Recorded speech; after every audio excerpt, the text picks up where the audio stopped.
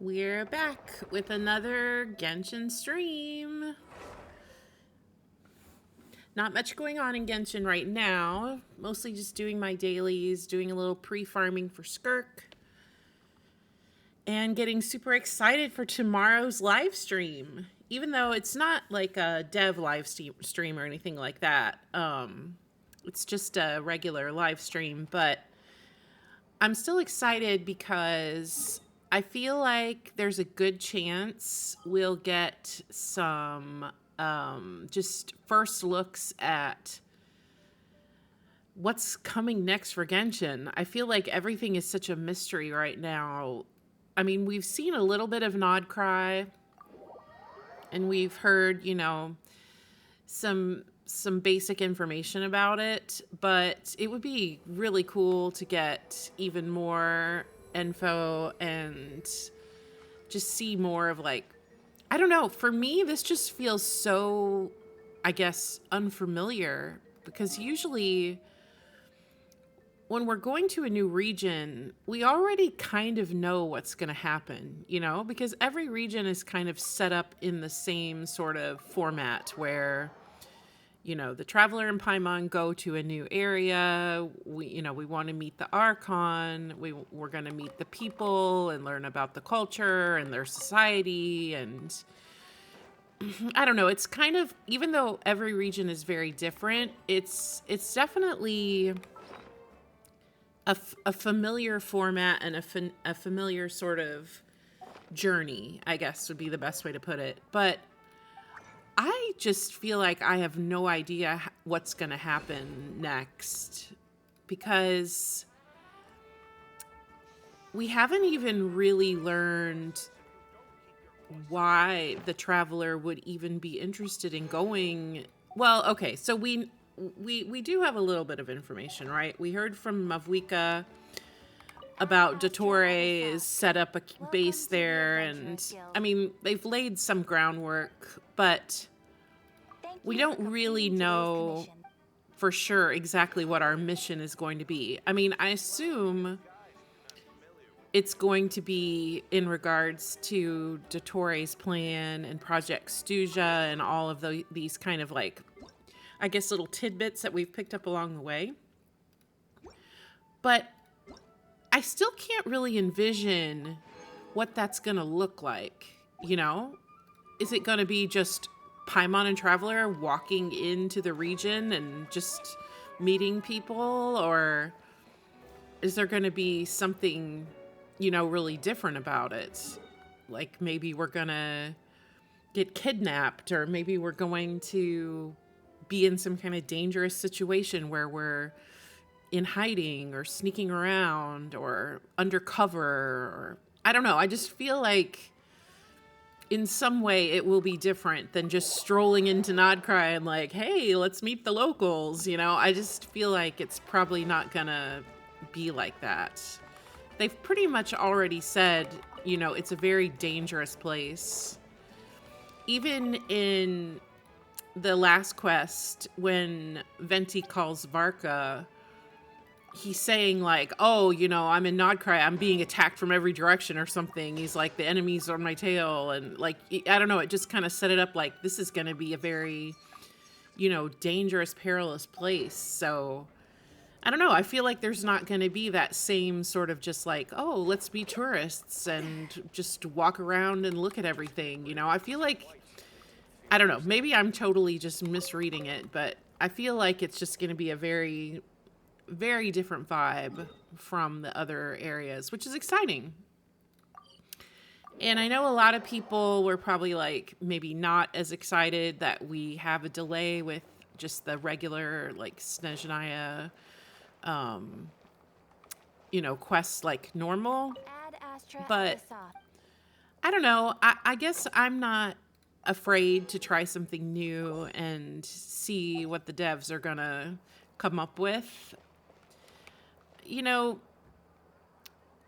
As somebody who dabbles a little bit in writing myself, just, creatively for fun, one thing is like, you may have like a perfectly crafted story in your mind, and maybe you've outlined it and you've done research and you've thought of, your characters, your settings, your plot, you've thought of everything, right? And you're ready to write your story now. You've done all the groundwork, right? When you are like in the weeds of writing, you're like 20 chapters in, oftentimes you start realizing things that you didn't realize until you get deep into the writing process, where things that seemed really clear in your mind that you felt like you were explaining really well and details that you were including, you don't know what the reader's perspective is going to be. And you don't know how they're going to interpret your thoughts and your ideas. So I think Genshin did a really good job laying out the story, like the main parts of the story. Like, we lost our twin. Our twin is now with the Abyss. Why? Like, how are we going to get them back? Like, kind of the overall story. But, as everyone already knows, I want to go over here and check this area out. As everyone already knows, the majority of the nitty gritty, I would say, of Genshin story is found in unvoiced world quests, books, artifact descriptions, weapon descriptions, etc., etc. All these things that require, some amount of deep digging, research. Like, I think it's kind of an old school way of doing things. I think it's more over here. It's kind of an old school way of doing things to have your games set up in that way. But years ago, I sound old. Years ago, back in my day, it was quite common that when you played a video game, that you would have to dig around for things and figure things out for yourself. And it was kind of more user, I guess, player based in the fact that you would only know what you were able to find. Where I think nowadays most games are more, show me, don't tell me. I want to see what's happening in the story visually. I want it more like in my face than having to dig. And I'm not going to say if one way is good and one way is bad, because I think it's just a different way to do things. So I think the devs are probably, we kind of know a little bit about them, right? And how they were all, friends when they were younger, and how a lot of these stories in Genshin were written a very long time ago in other formats. Like, they had some older games and stories from many years ago that are now being incorporated into Genshin. So I think that it's normal. Okay, this is the area I wanted to come to, because somebody said on Twitter, so this is the right, yeah, okay, so this is the cave with the star fragment, right? Somebody said that this is the area where the Traveler and Dane and our twin are standing in, okay, I'm trying to think. It does kind of look like that. Where they're standing in the live stream special program, like art. I'm just trying to figure out. I know there's like I guess it could be that mountain. There's like a mountain off to the side, I know. But that's very interesting, because they obviously put this here for a reason. We're going to learn a lot more about the false sky. And of course, Lumine, or, your twin, depending on who you play as your main character, is tearing the sky apart with their hand in the artwork. So I think we're getting to the bottom of what exactly is going on with the false sky. Exactly. We pretty much already know that The false sky is there to block out what's behind it, which we saw a little bit in the Natlan quest with, the hole getting blown through, or we could see like the shattered moon fragments and all of that. So I think they've set up the kind of the idea well, but we still don't really know 100% for sure why. Like, why is it just blocked out so the people on Tevat won't know? It's like the forbidden knowledge, right? Of like what the truth is of this world and all of that. But if you're going to kind of create this like sheltered, what's that thing they say in the Travail trailer, the sheltered eternity. If you're going to create this sheltered eternity and you don't want your citizens or your humans or creatures or whatever you make to know the truth, so you're just like blocking it from them.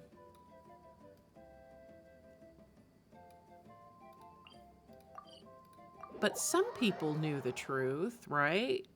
I mean, obviously, wasn't it Dottore who told Scaramouche in 1.1 that the sky was fake? He was the one who told him, right? So obviously some people knew it was fake. So that kind of pretty much... Oh, wait, what am I doing? I have to actually click and open it first. I'm not good at playing and talking at the same time.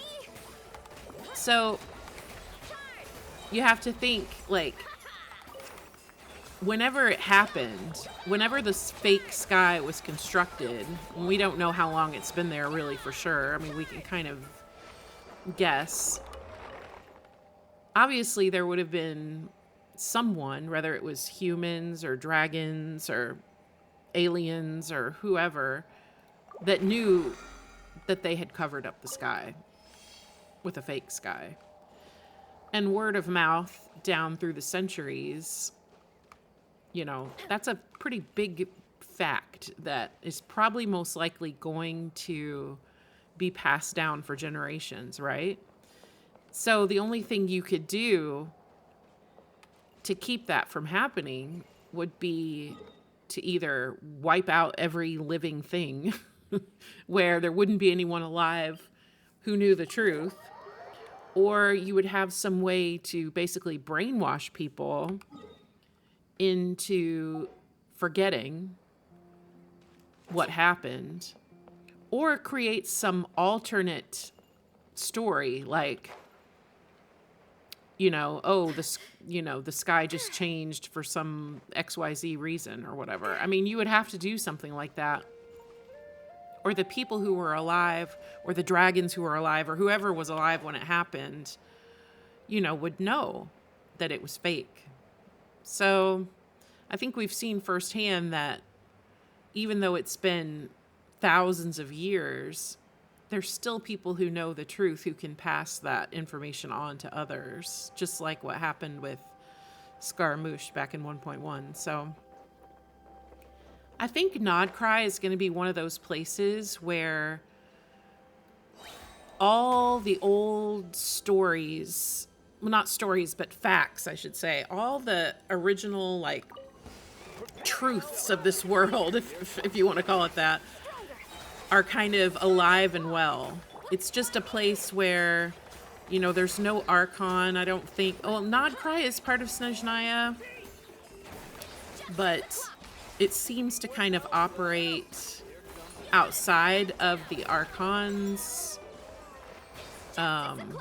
control, which kind of reminds me also, everything always comes back to Travail trailer. It's so funny to me. But when they talked about the Sheltered Eternity, they also talked about the hidden corners where the god's gaze does not fall, right? How is it crazy that I can remember the words to that still? Probably because I've watched it 1,000 times. But I would assume, obviously that's the abyss, but I would assume that could also be Nod. 'Cry, because if the gods are not really, paying attention to Nod Cry. If it's kind of, it's not directly under Archon control, although we will learn probably more if the Saritsa actually has much say in what's going on in Nod Cry. Because the way I took it, when it said that she had summoned like all the elite forces of the Fatui to go there, it seemed like it had kind of like gotten away from her in some way, if you know what I mean. Like that maybe she doesn't have much control there because of all the factions, and like especially like the factions that are super ancient, like the Light Keepers and stuff. It may be one of those situations where they're kind of immune from her reign, and they kind of still do things the old school way, where more like ancient traditions of like the original civilization, the unified civilization, I mean, of like, the original like, well, I shouldn't say nations, they're not nations, but like the cities, I guess you could call them. It seems like it's a place where they're still kind of doing it the old school way, And I think that's why it's like the perfect place for the traveler and the player to learn all of this history, because I don't think we're really going to have like the motivation to make the big decisions that are going to be basically our decisions to reweave the fates of this world or whatever, until we know the complete truth of what happened. Because as much as we, kind of feel like we do know, do we really know for sure? Because we've heard like so many sides of the story. You have the dragons side of the story, you have the Archons side of the story, then you have like the ancient civilizations, what we learned when we were in Enkonomiya and stuff like that. We have their side of the story. But what's the old saying? It's like between the two sides of the story, somewhere between the two sides of the story is the truth. So it's like probably a little bit of all the stories are true. Some people say Celestia is bad. Well, maybe they are. Some people say the dragons are bad. Well, maybe they were, Or maybe it's just a lot more difficult than that. Maybe it's not so clear cut. So it'll be interesting to see how the traveler is going to navigate that, because it's not going to be black and white. I mean, we've already seen that with the Harbingers. Like, sometimes they do very bad things, but sometimes they turn out to be like Capitano, like a hero, So I think it's going to be more situations like that where we're just not going to know really what to believe or whose side we're on, or if we're even on anybody's side at this point. And part of cooking is making sure I think it's going to be controversial, because I think there's always going to be people who are going to be drawn to a certain side. absorb the flavors in the dish. They're going to feel Then, like the chef must be able to because wield of a the knife with characters same level they of precision love, as a surgeon. or because of a region that they really connected with, or a million different reasons. Maybe your favorite element, or your favorite Archon, or your favorite music in the game, or I mean, there's so many things that can like sway your opinion on what's good or what I mean, I see controversies literally every day of people arguing about, Fontaine's better than Netland, or Sumero's the best region, or whatever. It's like, I think that it just goes to show how good the writing actually is, because when you can cause that much discourse between players, where there is no like right answer of who to trust, who's good, who's bad, what our objectives are. I mean, that's very difficult. As a writer, that is extremely difficult to write something like that, because basically you have to be in the minds of every type of person to be able to thread together all these different choices and decisions and thoughts and feelings. And yeah, it's the writing of this game, even though there are, I think, times when the dialogue is not good, I'm not really quick to judge if that's just simply a translation issue or what. But I think we can all agree sometimes the dialogue is just does not hit. But when it comes to the stories, I mean, I grew up reading all the biggies. You know, I can remember as a kid reading like I vividly remember being at my grandma's house when I was a little girl and reading like The Lion, the Witch, and the Wardrobe, right? And then realizing it was a series and like wanting to read the whole series. And that series, as much as people say it's like for kids, that series has a lot of very dark and intense themes and very adult themes that a child wouldn't even really be able to grasp fully.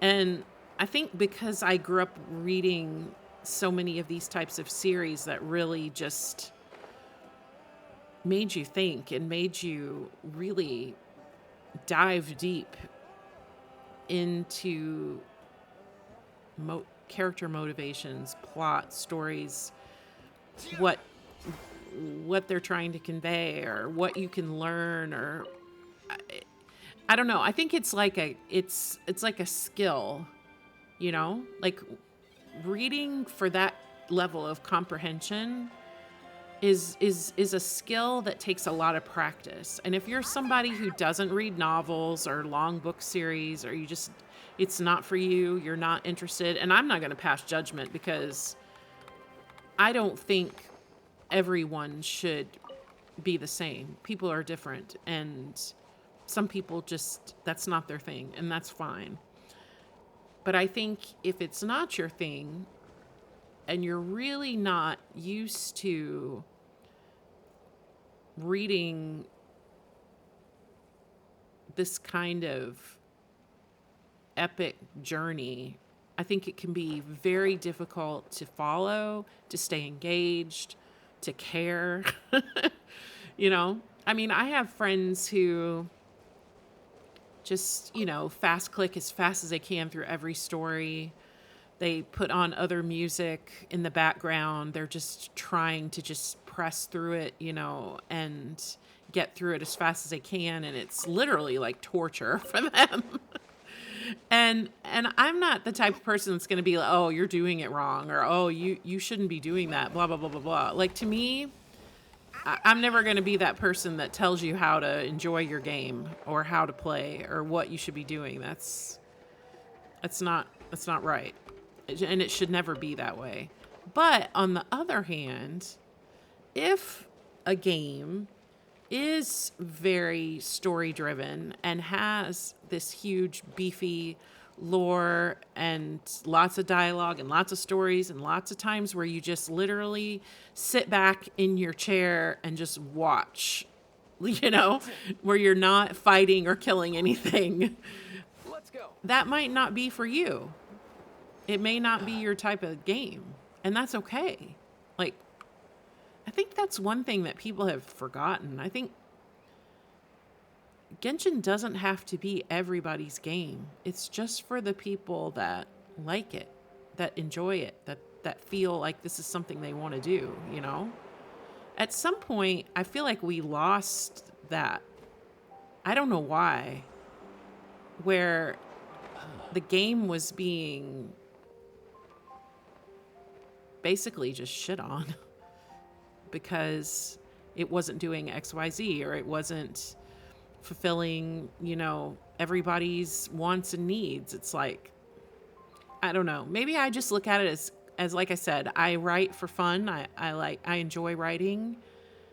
And when I write the story that I want to tell.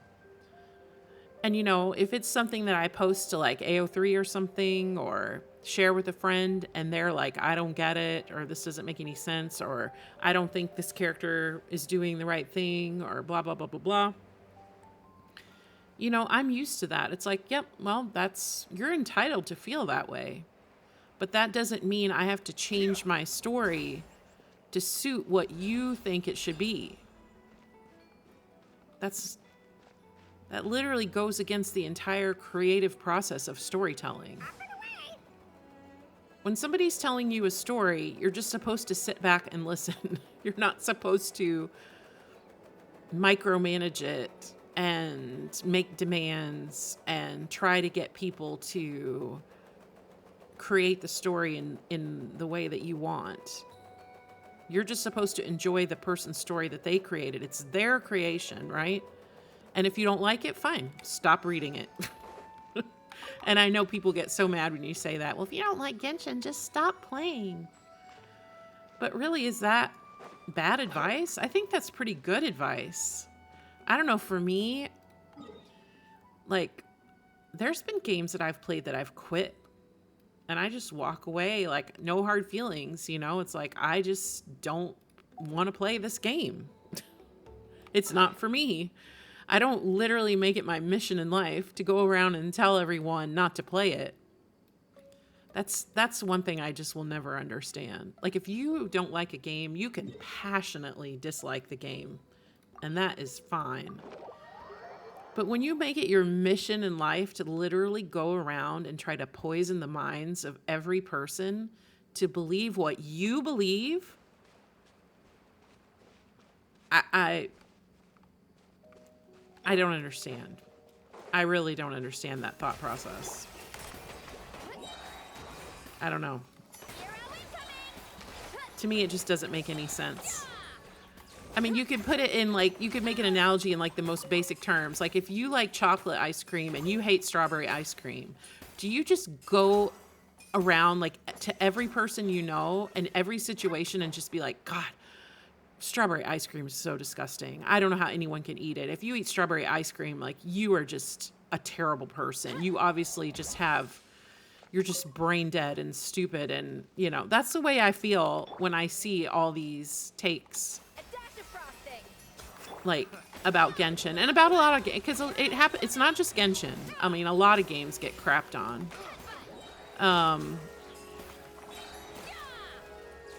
I just don't understand when we started doing that. Like, why? I don't get it. Like, personally, I don't like Minecraft. I've played Minecraft. I have a lot of friends who love Minecraft. It's just not for me. I don't like it. I could sit here and give you all my reasons why I don't like it, but I'm not, like, it's just my opinion. It's how I feel. I don't need to justify it to anybody, and I sure as heck don't need to, you know, try to get people to change their minds. Like, just start going into Minecraft streams and telling everyone in the chat that they're a bunch of idiots. Like, I don't know. I don't really understand the hate that people harbor for certain games. Like, just this morning, I was scrolling. I always scroll Twitter when I wake up. I can't help it. It's a bad habit. I started it like years ago and I can't stop. But anyway, this morning when I was just like eating breakfast and scrolling Twitter, I just kept seeing all these tweets of people just crapping on Honkai Star Rail. I mean, it was bad. Like, basically just saying, like, that it should just go end of service or that it's just terrible. And I just was, like, shocked, honestly, because I think Honkai Star Rail is a great game. Oh, I have a comment. Sorry, I'm just, like, talking to myself. Yeah, I honestly, it's mind-boggling to me, like, why people spend so much time being unhappy. Like, video games were created for entertainment and happiness. Like, why? I don't know. I can't understand, but it seems to be the worst in the gacha community. And because I've played video games for a long time, and I never experienced this kind of, like, tribalism Thank you for listening. Thanks for listening to me just ranting on and on. I mean, normally it doesn't really bother me. I just ignore people. But I don't know. I feel like it used to just be a few people who would, say bad stuff. But I feel like now when I go on to social media, it's like more bad than good. It's almost like 90% complaining, arguing, crapping on what everybody else likes, I don't know. I don't understand it. Like, why don't you take all that energy for that hatred, put it into the game that you like, whatever that may be, and enjoy it and just go on with your life? I think with Genshin, the reason it happens really bad is because when Genshin first started, a lot of people thought they knew what the game was going to be. And then it turned out to be something different. And I am sure that was incredibly frustrating. Because if you've looked forward to a game, maybe, you were following the beta or you were, getting hype for it and seeing trailers and wow, you were really getting, worked up. And then you get the game and you start playing it. Maybe you invest some money into the game. You're pulling characters, you're doing all of this. And then, you realize maybe the game isn't the kind of game that you thought it was going to be. Maybe you were expecting more of like an MMO type of experience, or maybe you just really don't like story-based games and you didn't realize it was going to be like that. Then fine. That's very disappointing, obviously, because you were hype, you were excited, you thought you were going to really love something, and then it just disappointed you. And that's a bad feeling. Like, I've had that happen to me, not with Genshin, but with like TV shows I was looking forward to or books I was looking forward to reading, and then you get it and it's like such a disappointment. So I think Genshin did disappoint a lot of people that thought it was going to be something else. And I think that's why there's so much contention around it. Because the people who didn't get what they wanted, they're not happy. And they're still not happy, even if they quit the game, 2 or 3 years ago. And I don't know. I just feel like at some point you have to move on and say, well, as disappointing as it was that this game didn't turn out to be for me, and as much as I wish it was, at some point I have to give up and I have to move on, It's like when you're in a bad relationship, you're dating someone who just treats you poorly. Like, you kind of forget, like, why you even started liking them in the first place. And you're just kind of stuck in like, why am I in this relationship? I don't know how to get out of it. I'm speaking from experience. It's like you just wake up one day and realize, dang, this just really didn't turn out the way like it's so similar.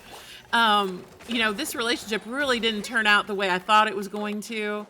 And you don't want to give up, you may hang on for way too long because you think, maybe it's going to get better. Like maybe the next patch, the next 6 weeks, it's going to turn around. And then it doesn't. And then you're basically forced to make a very hard decision, which is to walk away. And whether you're walking away from a video game or a bad relationship or anything else in your life, it is hard. And sometimes you do hold a lot of bitterness, especially if you see, for example, like if you break up with someone, right? And it was a bad breakup, but they're still friends with your friends. And like you go, to someone's party or to some event and you have to see that person and people laughing and talking with that person. And, oh, this person's so funny or so great or whatever. And you're thinking, this person ruined my life. And you have to just sit there and kind of smile and, be a grown up and not start shouting, stop talking to this person. They're an asshole, But, you can't do that. even though you had a bad relationship with that person, that doesn't mean their life, ends. They're obviously going to go on and have other friends and other relationships, and you can't just turn everyone against them, right? Even though you might feel like it, especially if they did something bad to you, you might feel like you want to go around and tell the whole world that this is a terrible person that everyone should stay away from, and that's kind of the way I feel it is with Genshin, because I think people that are the loudest haters of a game, and it happens a lot with Star Rail as well, are usually people who played it and then something happened. It just, it ended poorly for them. And they seem to be the ones who just are hell-bent on making sure everyone else knows that they were wronged, or that they were misled, or that they felt that, they didn't get what they paid for, or, this is just human nature, unfortunately. And, I just encourage people to, life is short. Yeah, they don't want to let it go. And the money, too. That's the hardest part. Because I think, like, when I was saying earlier that I don't like Minecraft, I can walk away and never play Minecraft again. I gave it a shot and it wasn't for me. But yeah, if I put like $200 into Minecraft, I'd be like, well, maybe I ought to keep playing it. Maybe it's going to get better. And like I said, it's like a relationship too. People say sunk cost fallacy or whatever. That happens in relationships as well. Because a lot of times if you've invested a lot of time into someone, you want to hang on as long as you can. And I think that happens with friendships too. Like, I've had friends in my life who, we were friends for years, maybe, friends from childhood or whatever. And then like something happens and it just goes wrong, Like, I can think of 100 examples right now of that happening to me, honestly. Like, people that I just, we were friends when we were younger in a different time in our life. And when we grew up, we just became completely different people. And even though we were at one time, super close, we grew apart because of, different beliefs or different, Yeah, I played Tower Fantasy probably way too long because I really liked the game when it started and I spent a lot of money on it. Yeah, I spent a lot of money in early Tower Fantasy and I definitely stayed way too long. Way too long. But even though I stayed too long, I never thought to like go on Twitter and just like say the game is crap, or just like tell my other friends that played the game that they should quit, or like that just never occurred to me to do that. Like, I just quit one day and that was it. I just walked away from Tower Fantasy. I uninstalled it and I never looked back, and I just said, well, I had a good time while it lasted, and I didn't go on like a vendetta to, just talk crap about it to everybody. That's the thing I don't understand. You know what I kind of think it is? I don't know. This is just a guess. But I kind of feel like some people think if a game isn't going the way they want, that if they complain enough about it, they're going to get their way. Like if they can just keep complaining over and over, get more people to complain, build a whole community of people complaining, that the game is then going to transform into the game they want it to be. But unfortunately, I think that's just, I think they do believe that. But unfortunately, this is one thing I don't think people realize. And I was actually just thinking about this morning, because I saw that tweet where somebody was saying Genshin had terrible OSTs. And which is just such a crazy thing to say. And then it had like thousands of quotes of people sharing their favorite songs. Yeah. And they don't realize that in their little microcosm where they live on Twitter or on Twitch or wherever, they're just a tiny, infinitesimally small minority compared to millions of people. I don't think people really could My parents grasp always say, how many people no matter how millions of busy life people gets, is. you should always sit down It's and enjoy like, a proper meal when you get you home. know, there are What I entire like to do cities is stack my plate up high, then that squash it are all down, smaller than the number of people who play Genshin. I mean, and wolf it yeah, down I in don't one think go. people get it. And they're That like, way, well, I why get to did eat my this, fill and like with the continue watching loadouts, life. like, why did this take so long? It's like, just because 2,000 people on Twitter wanted something for 5 years doesn't mean anything, you know? There's millions of other people who are not on Twitter who maybe never wanted that and never asked for it. And also, I think with Hoyoverse, like, because they started out so huge with literally no competition, I mean, you have to know that they probably had millions of customer service reports and people wanting things out of the game. Like, again, I think people are just, they're very short-sighted when it comes to realizing just how many people millions of people are.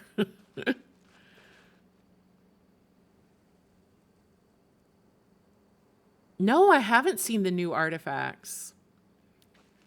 They're mad about the artifacts? Why? Oh, now I'm curious to go and look and see what they are. I can't imagine what artifact would make people mad.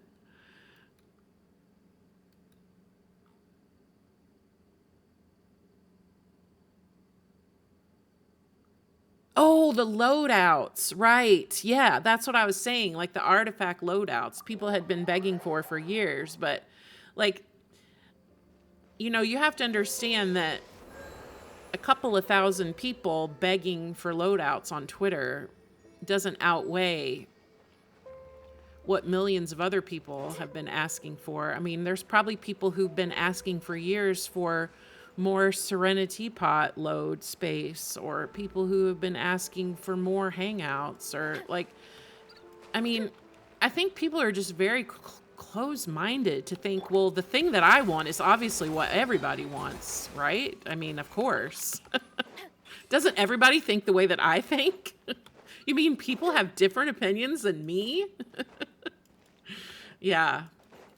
I think that's one thing about, like, just social media in general. I think a lot of times it feels like, everyone's agreeing about something, or everybody feels or thinks a certain way about something, because it seems like a lot of people. You might see, a content creator who has like 100,000 followers, and you think, wow, everyone, you know, is watching this person or something. It's like,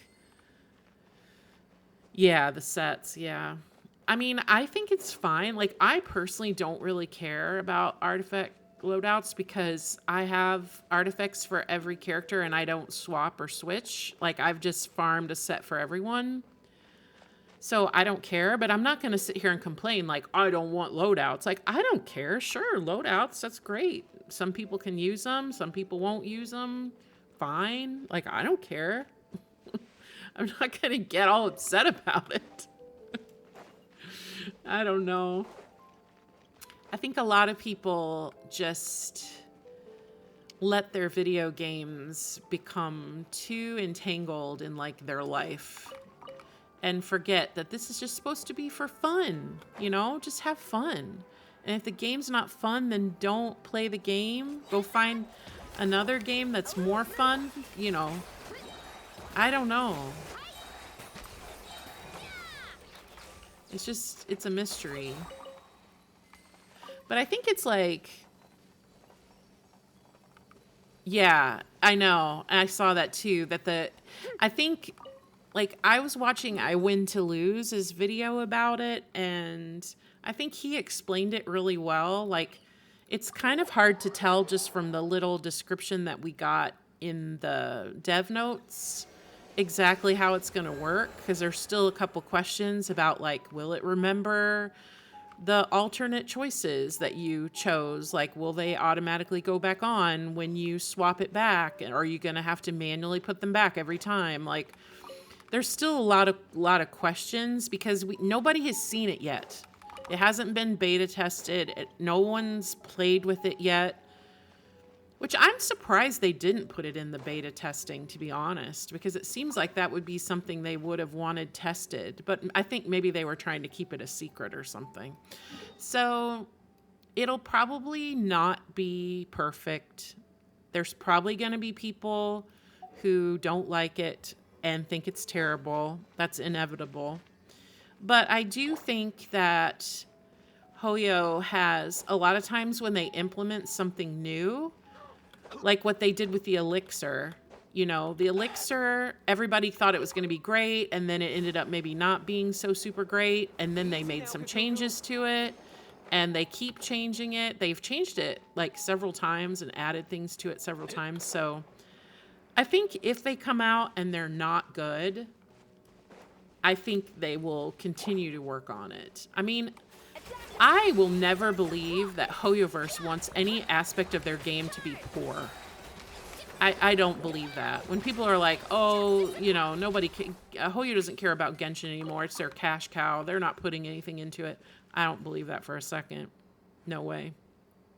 They have way too much pride and respectability to want the game to be bad. So if it doesn't work, if the loadouts are crap, I believe 100% they will change them to make them good, or as good as they can.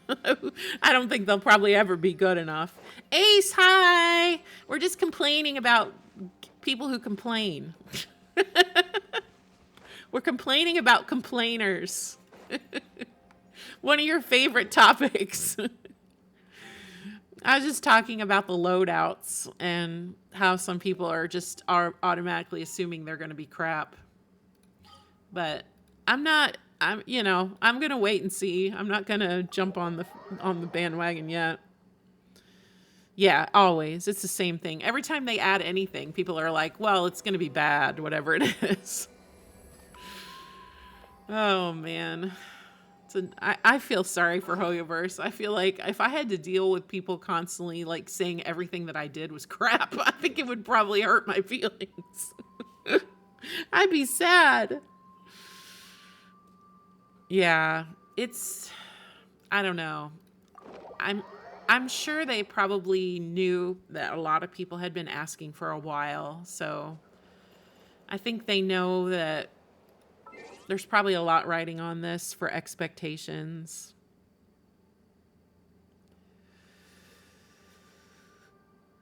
I don't know. I feel like I was talking about the elixir, you know, I think when the elixirs first came out, people kind of complained, but I think they've done a lot to kind of rework that. So I don't know. I have faith that they will continue to, if it doesn't work, you know, I think they'll improve it. I don't think they're going to leave anything in the game that's not working, you know. It's just a question of, is it going to really be what people wanted or not? But yeah, at the end of the day, I mean, obviously they're a company that wants to make money, but I think one thing that kind of sets Genshin apart a little bit from other games is I do think they do care a lot about the player's journey through the game. Like, to them, I think it's important that people are enjoying it and that they like the stories and they like the characters and they like the worlds and the regions. I mean, I know you haven't unlocked your volcano yet because you're behind. But there's no way that anybody can tell me that this area did not come with love put into it. I mean, this area is incredible. Like, and not just the way it looks, but the story was so good. Like, no one's ever going to convince me that Hoyo doesn't care about their game. There's no way. There's no way. If they just wanted to make money, They would just have like 5 banners going at the same time of like hot girls. They wouldn't do all this. Especially because people like you don't even play it. Ace. You don't even open it up and unlock it.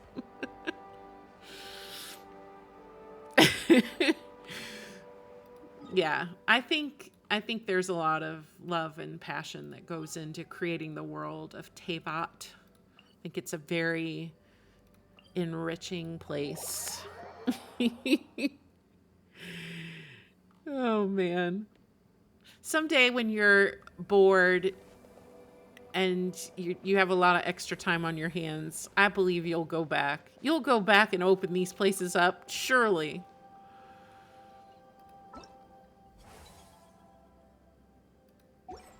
Oh wait, I kind of lost track of what I was doing. I just went to the mountain, then I lost track of my plans here. I'm still farming these Mimi Floras. Yeah, so I don't know. I think I wouldn't want to be a game designer because I feel like nowadays you very rarely hear anything good about a video game. Very rarely. Most everybody just complains. It doesn't matter what it is. I watched State of Play yesterday and I was on YouTube and the entire chat was just L, L, L. Everyone hated everything. And I have to admit, the games did look pretty boring. I didn't see anything on. Yeah, I mean, I didn't really see anything on there that looked like my type of thing, but I feel like game developers are really out of touch with what what players really want out of a game, unfortunately. Yeah. Well, I think probably any major announcements are going to come tomorrow at Summer Games Fest. State of Play, and the thing about State of Play is it's like why do they even have it? You know? Cuz anything that's good is going to be is not going to be announced during State of Play. They're only going to put all the mediocre stuff that nobody cares about. So like why even have the event anyway? 2 days before the good one. It's like, yeah, we know you're going to see a ton of cool stuff in 2 days. So here's all the shit that no one cares about. I don't understand the thought process. I don't understand the thought process behind that just as a game developer.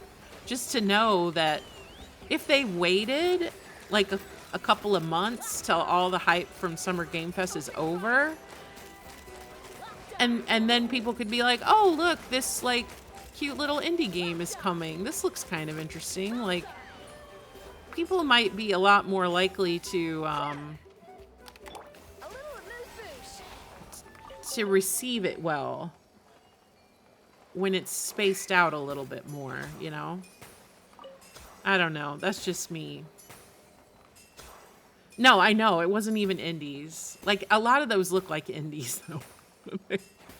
Some of those ones literally look like they were made by AI. I don't even remember the names of them. The only one that looked kind of remotely good was the Clara and Svarog game. The girl in the winter coat with the bare feet, who's definitely not Clara. That one looked decent.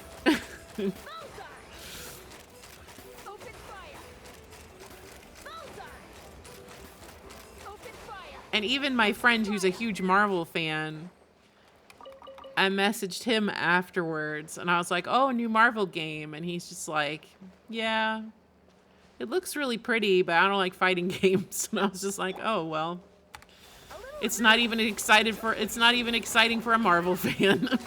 I mean, I'm sure probably some Marvel fans were excited. I don't know, man, that Silent Hill thing. I know a lot of people like Silent Hill. I shouldn't say. I'm sure it'll be fun for them. Not for me.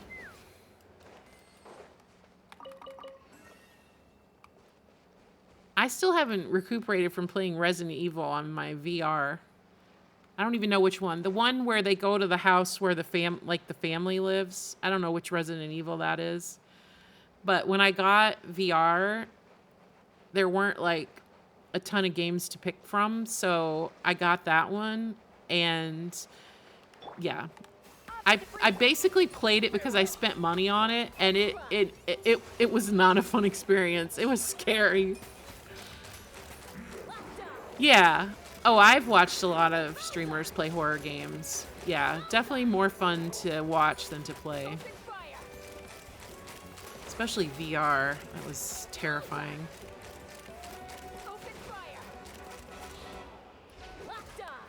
That was something I definitely wasted money on because, well, no, I can't say that because I love Beat Saber. Beat Saber is the only thing worth playing in VR. It's really fun. And they're constantly releasing new music packs. I just bought like 2 more packs the other day. But other than Beat Saber, I don't think I ever use VR for anything else. Yeah, I get that way too. When I was playing Resident Evil, I definitely felt woozy. But with Beat Saber, for some reason, it doesn't bother me. Hair and feathers are gonna Like get soaked. I don't get that motion sickness from it for some reason. I don't know why. Maybe because graphically there's not really that much going on. You're just looking at one thing basically. Not too far now. Did you say you quit ZZZ or you never even played it? I can't remember. ZZZ's getting an update. I think it's tomorrow. I did the pre-install. I don't play ZZZ a lot, but I've definitely played it more since Hugo came out. I love Hugo.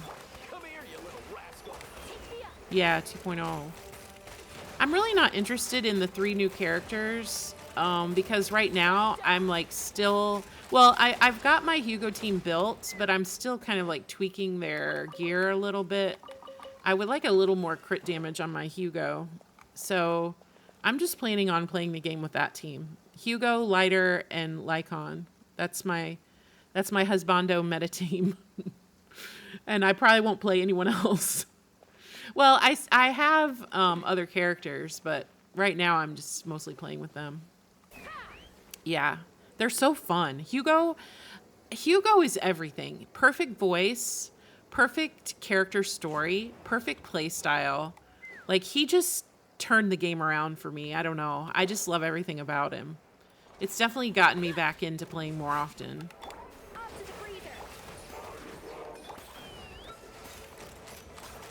His story was so good. I really enjoyed it. He's such a good emotional actor, that VA. Something about his voice, like, he can go from being like super sexy to being like a hurt, injured baby. He's so good. I know, we need him in Genshin so bad. You know what? He would be perfect for like somebody in Snezhnaya, like maybe somebody sort of like dangerous, you know? Or maybe even a Conrian, like when we finally get to Conria. He could be somebody really like mysterious and sort of like we don't know if we can trust him or not. He'd be perfect. Yeah, I just want to play every game he's in.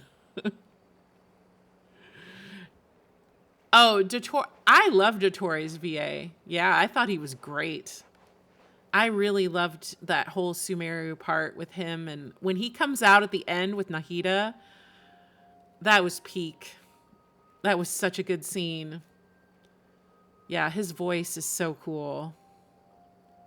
I hope he's not one of the ones that's leaving. I feel like we've lost so many of our good voices.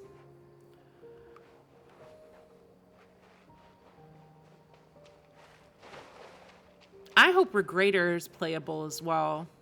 I think he looks so cool. I love his character design. I'm a sucker for the closed eyes and the glasses. So I hope he's playable eventually as well. Because they name dropped him twice in Natlan. So he's definitely around.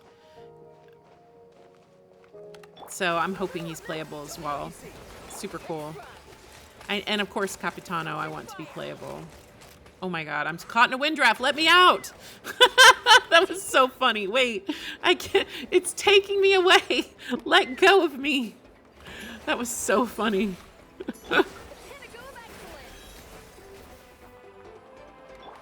Oh yeah, you gotta change to English. If he comes to Genshin, you'll have to change to English. That'll be the unskippable English part.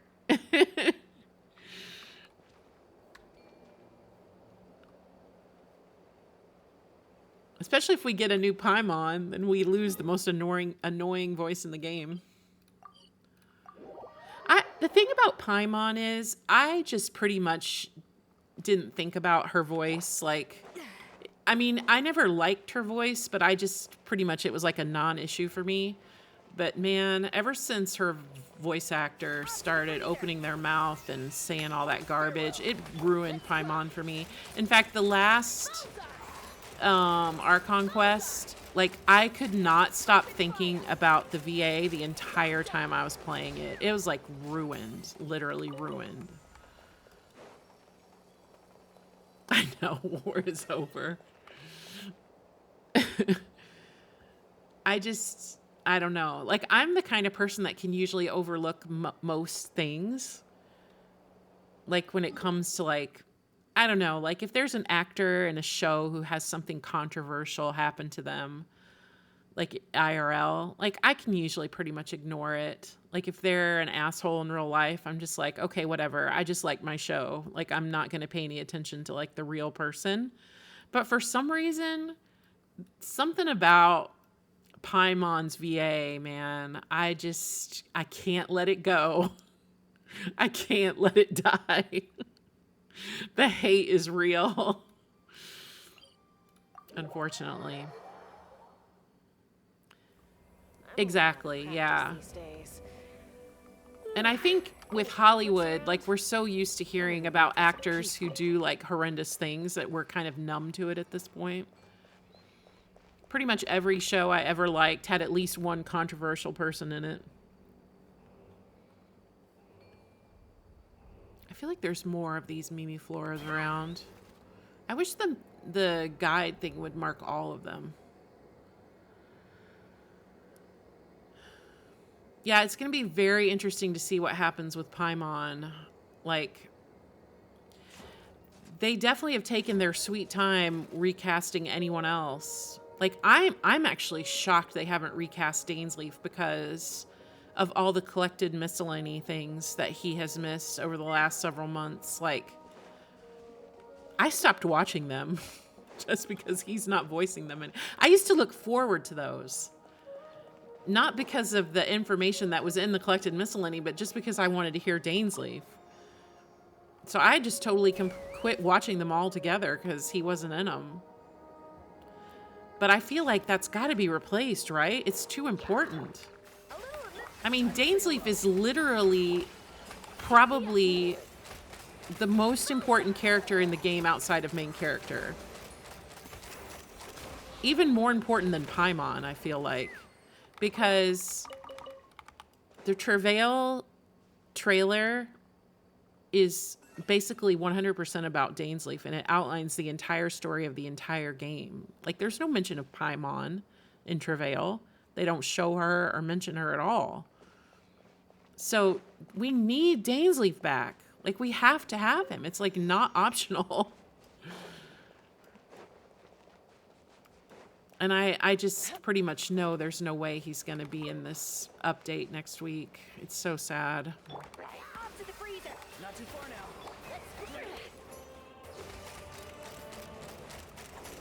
Yeah, the first voice. Yeah. Because I remember when the game was brand new and everybody thought, this was so funny looking back on it now, but when Genshin first came out, everybody thought Ether was the English voice actor of Deku. I don't know that guy's name because I don't watch My Hero Academia in English. But like it was everywhere.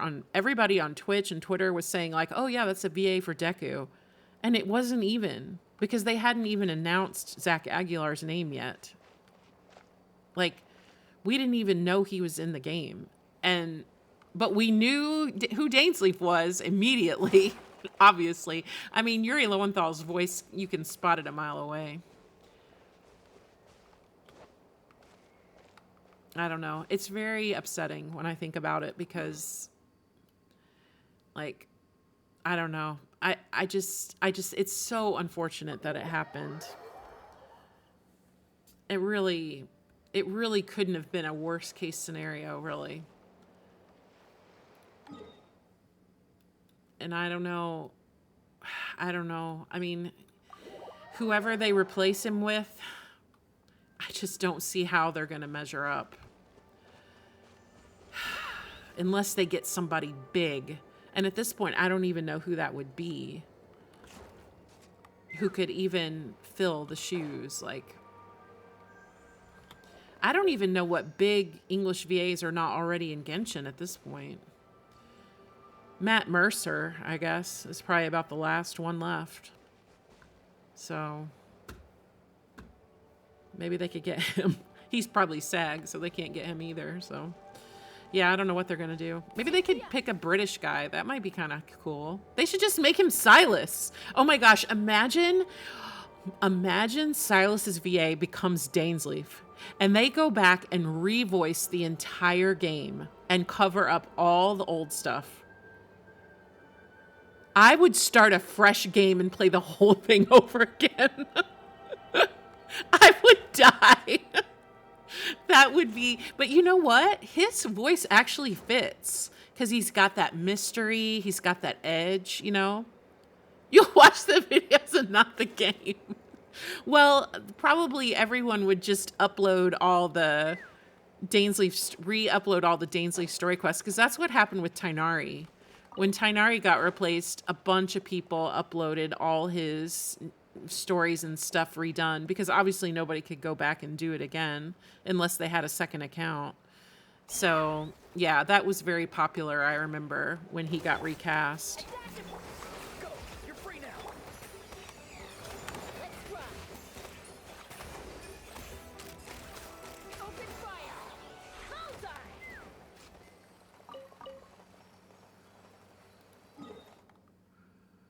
Yeah, he would actually be really good. Now I'm imagining it.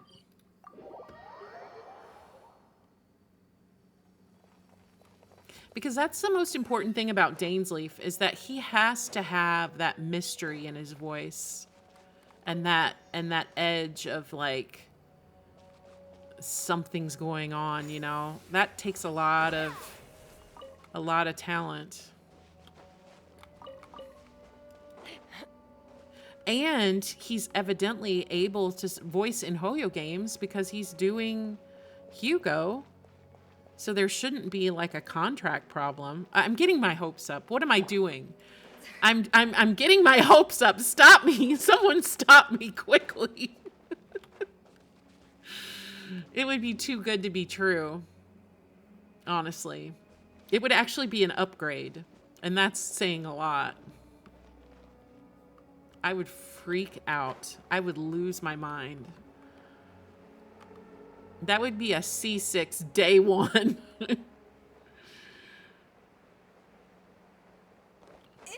But you know, they probably will put him in the game at some point. Because I feel like everyone who's in ZZZ is in Genshin. Take me up.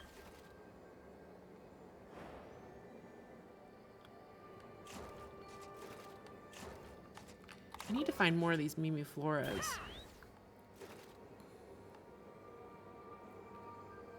I think I only have like 50. Let me check. I have 52. Of course, I can craft some. How many can I craft? Doesn't it tell me? Oh, I can make 153. But I can't just make these because I got to have a bunch of these as well.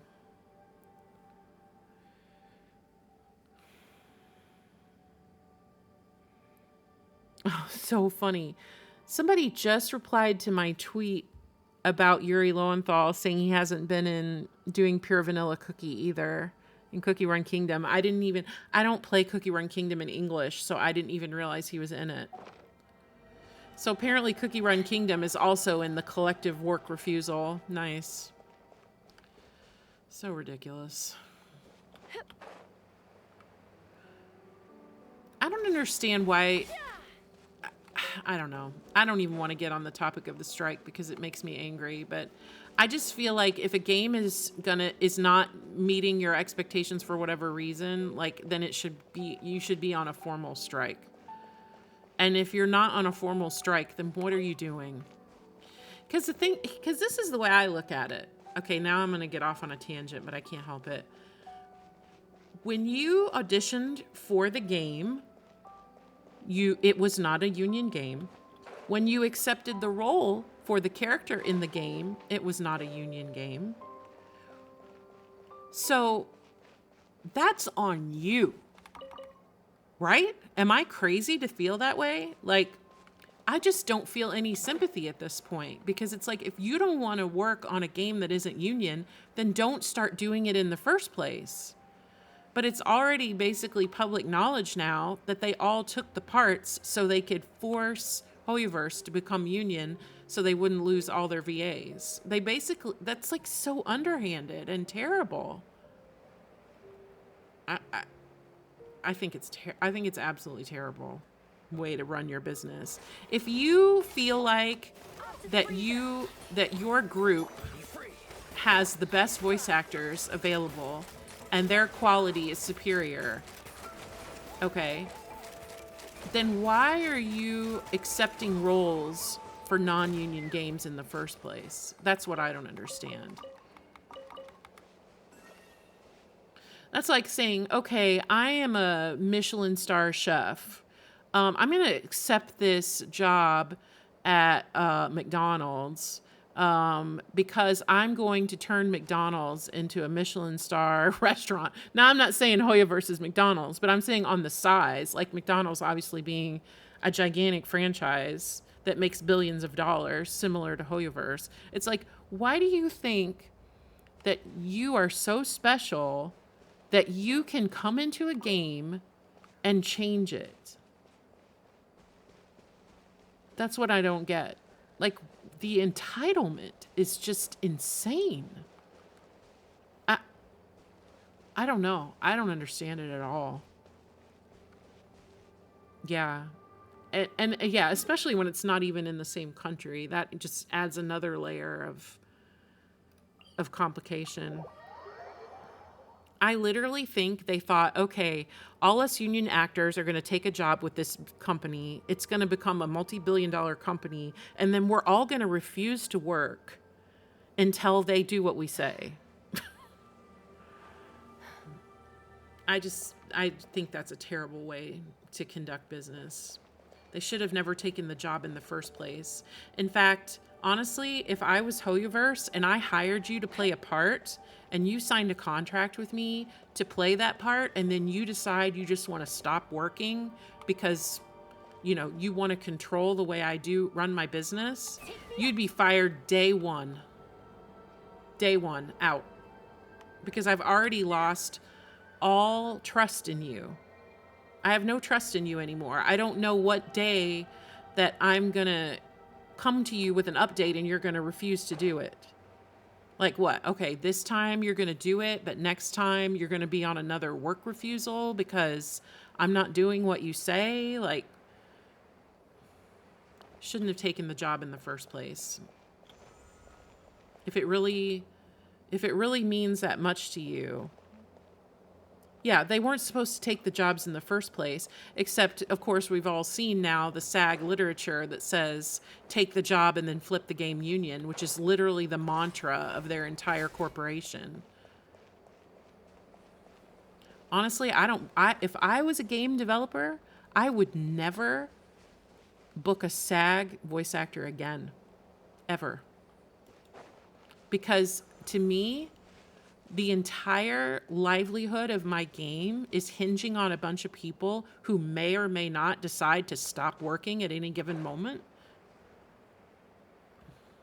I don't know. I don't get it.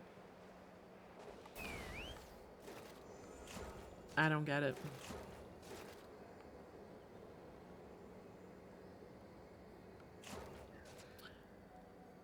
You can say a lot of bad things about Hoyoverse, but I tell you, I am totally in agreement with what they did. I would not have let those people strong arm me. Just on principle. Even if I agreed with all their terms, I wouldn't even do it on principle. Because to me, like, you accept a job, you sign a contract, that's the time when you negotiate your terms and your deals. You don't sign a contract to do a job if it's not the terms that you want. Bottom line, there's no one to blame but you in that situation. Now, on the other hand, if you sign a contract and Hoyoverse does not honor that contract, that's a totally different ball of wax. That's on them, right? Like, but I have not seen any evidence of that happening. So I think Allegra Clark was the one who tweeted, like, this has basically ruined the entire industry. And it's not just Hoyoverse, it's a lot of games, but it's basically ruined the entire voice actor industry. Like, these people will never get back to where they were. Most of them will have to switch careers to something totally different. And even the ones that were quote unquote, you know, successful, famous, whatever, they'll be lucky to even get a job because of all of this. Because if your employer doesn't trust you, you've lost. You know? Who gets to just quit working their job? Oh my God. That, like, I can't even get on that topic because it makes me so mad. Like, who just isn't happy with their job and just gets to just refuse to work? Yeah, that's called quitting. You quit.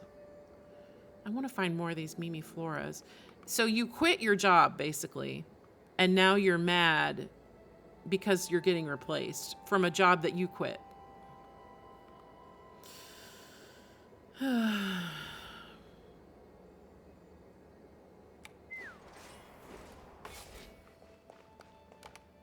And I just dread another patch of non-English because everybody's going to be mad and disappointed. Even people who are fence riders or just people who normally don't participate in drama, they're going to be mad. Everybody's going to be mad. Maybe there's some over here.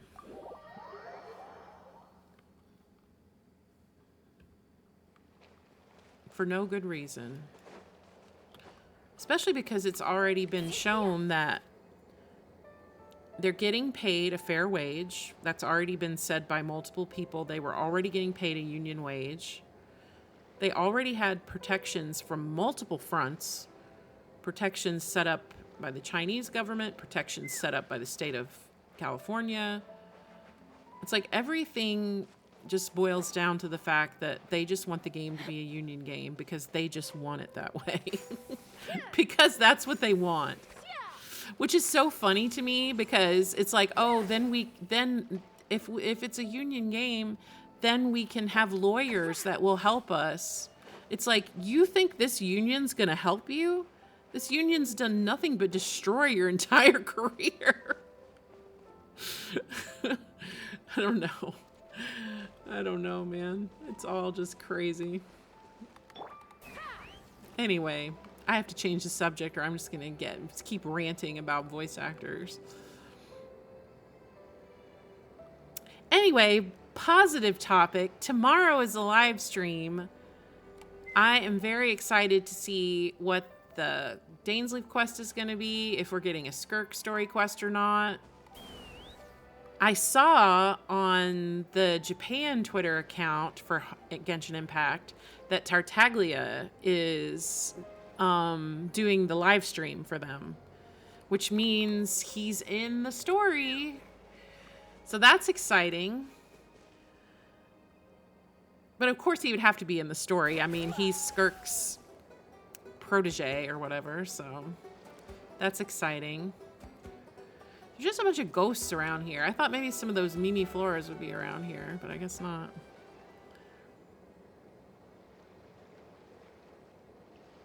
Yeah. I don't know who his JPVA is. I don't remember. Even though I was still playing JP when he came out, so I should know, but I can't remember.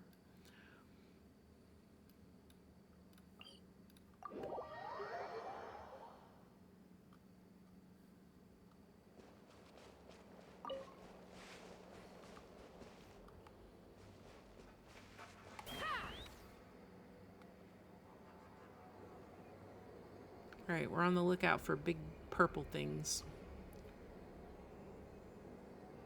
Yeah, he's definitely famous. I just can't remember who he is. Let's fly. I should have never switched from JP. If I'd have only known.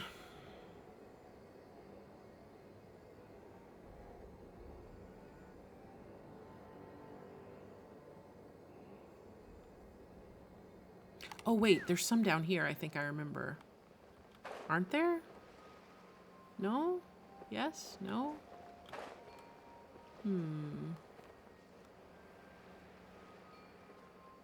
I guess I was remembering farming these flowers.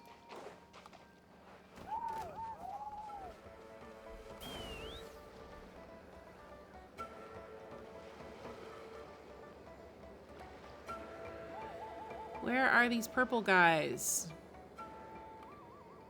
I couldn't have killed all of them already.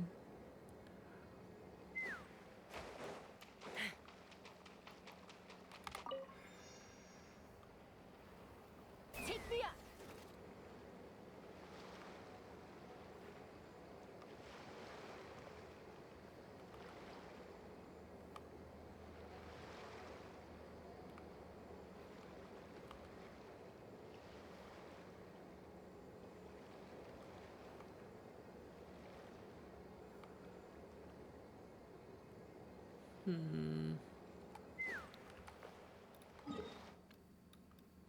Maybe up here towards the middle.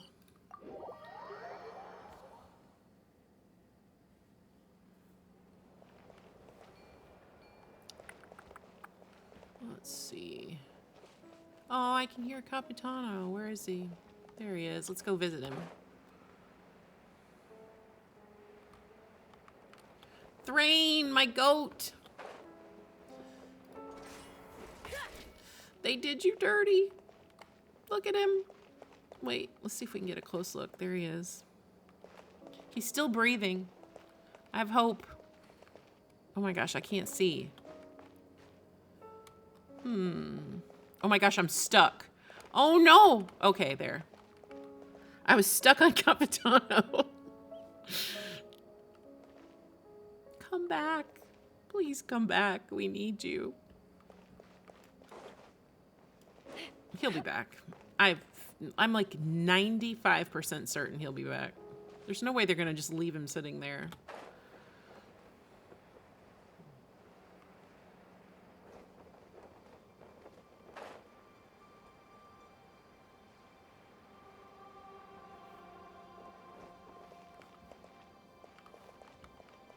Did you find it yet?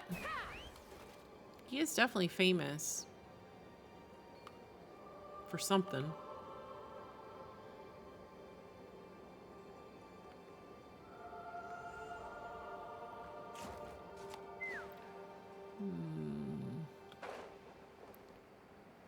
Every time I see one of these blue guys, I think it's a purple guy, and it's a blue guy. Well, I may have just completely cleared them off my map. Hopefully I have enough. I could probably just go and start crafting and see exactly how many I have.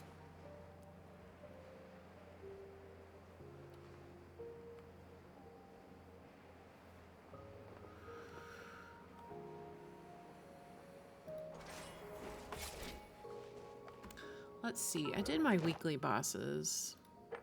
I did 3 of them. That's really the only ones I need to do. The only thing I have left is like one hangout. I think I've done everything in the game.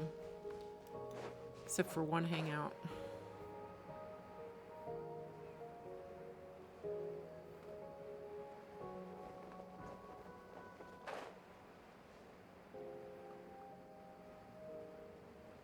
Have I been over here yet? No, there's none over here either.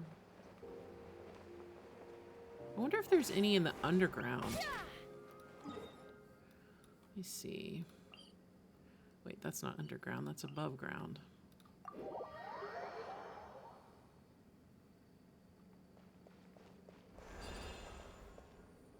Are there any in here? Purple air? No purple guys. Oh wait, I see one. Come back. I need your mats.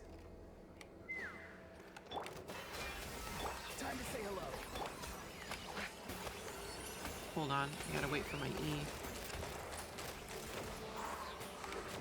I never play Chaska, except when I come to this area. She is just the perfect character for Ochkanatlian. Well, that was one. Let's fly.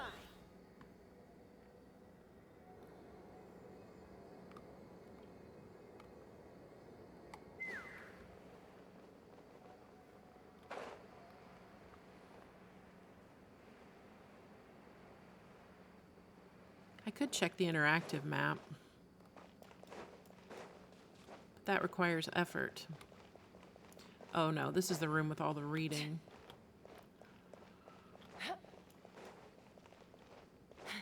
It's Chicken Guy.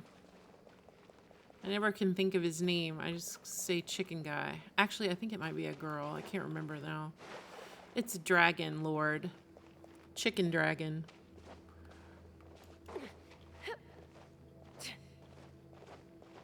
Aren't chickens related to dinosaurs? I don't know, it's a random thought. But maybe chickens are dragons.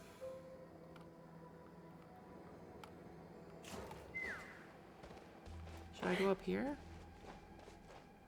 No, that's a dead end. I can tell by looking at the map. All right, well, I think I've exhausted all possibilities of where any more of these Mimi floors can be.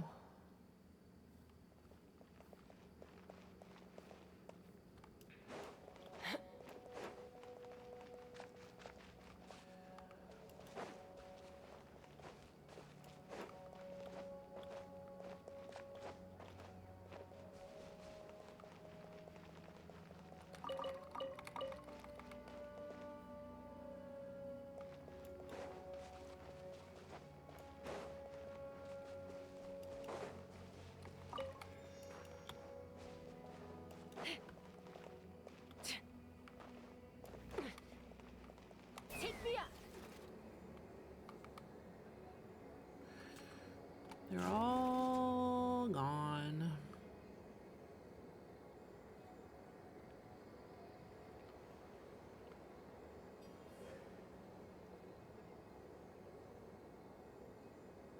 Oh, I found one. Never say never.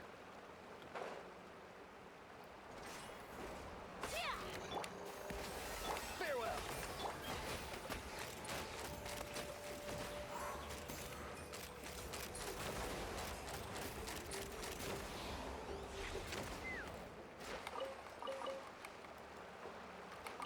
Yes, thank you. Thank you, lifesaver.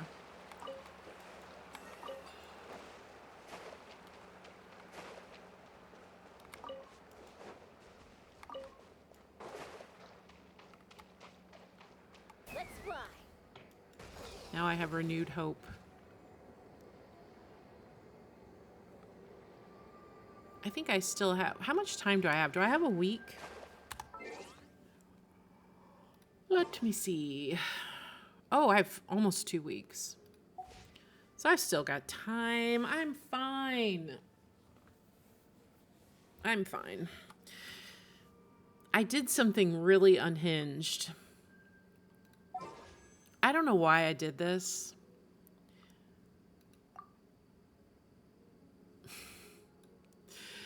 So let's go back to the beginning. June 3rd, when was that? 2 days ago?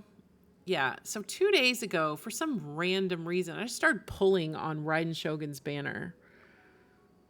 I don't know why. I actually don't know why. I don't need any. I think I already had her at like C4. I think I was just bored. And my Kanichi was C6. And so I was like, well, I can't pull on Kanichi. So I'll just pull on Raiden. So I started pulling right here. So that's 2. Wait, that's 2. That's 7. And then I got her in like 9 pulls. So that made her C5. So I was like, well, damn, now I'm going to lose my 50-50 for Skirk. So I'll just keep pulling. So I pulled again. And I got Data. Yeah. So I only did like, I don't know, how many pulls was that? 30? And I got 2 5-stars. And this was my C6 Dia. So, and now I won't have to worry about losing my 50-50. Yeah, so now I can stop. You know why I think I started pulling? This is really embarrassing. But you know why I started pulling? Because I didn't have any... This is pure gotcha degeneracy. I didn't have any Stardust to buy the 5 pulls because I had spent it all. So I was like, I can't get my 5 free pulls, so I need to pull. That is literally the worst thing that anyone could never do that. Never pull so you can get the free wishes. But I got them. I got my freebies for the month, for the June reset. And I got 2 5-stars. So yeah, I'm pretty sure that was, let me check. I'm pretty sure that was C5 Raiden. Yeah. And C6 Dia. I think. I'm pretty sure. Hold on. Where is she? Where is she? Oh, she's right here. Yeah. So now the only standard banner character that I don't have C6 is probably Mizuki and Tainari. Let me see. My Tainari. Yeah. So now when I lose my 50-50, I need 3 Tainaris. And I need 5 more Mizukis. And then all my standard characters will be maxed out. And how much you want to make a bet? If I lose my 50-50 to Skirk, it's going to be somebody that I already have at C6. Guaranteed. I'll never, because I never get Tainaris when I lose my 50-50. Because I pulled Tainari on his banner when he came out for Sumeru. And I think I got his C1 also. There's no way to check that, right? No. They don't put like dates on it or anything. But I'm pretty sure I remember. Because his C1 is good, right? Yeah, the crit rate. I'm pretty sure I pulled this one. So I've only lost my 50-50 to Tainari 2 times since then. And you're talking to a person who has like every character C6. So I lose a lot of 50-50s. A lot of 50-50s. I think one time I was looking on that website I used to track my pulls, and I had 28 jeans and like my other second highest one was Kuching. I think I had like 30 Kuchings. Yeah, that I have lost my 50-50 a lot. In fact, my ratio of losing 50-50s is like 70% or something. It's really bad. My account is cursed when it comes to losing 50-50s. So, yeah, it was crazy. What was that? Oh, no, you're not a purple guy. I don't want you. I only need the purple guys. Yeah, well, yeah, you have more chances to lose when you pull more, true. But I have seen people post, like, in the Genshin Discord, like, in the place where you share polls, people who are whales who have, like, really high percentage win rates. So it can happen. Some counts are just lucky. Why is this guy standing here? Show me your courage. Well, I think I'm throwing in the towel on Mimi Flores. I can't find any more. Hello, hi. Welcome in. I just was trying to farm more Mimi Flores because I'm pre-farming for Skirk, and I think I've officially killed every single one on the map. I can't find any more. So the pre-farming will continue. Why is this guy half health just randomly? That's weird.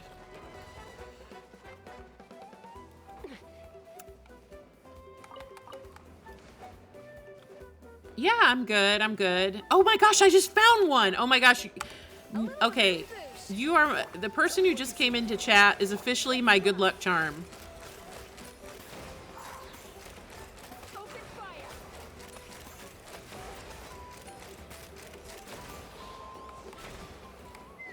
Yeah, welcome in. We're just looking for these purple guys, and you helped me find one, so thank you.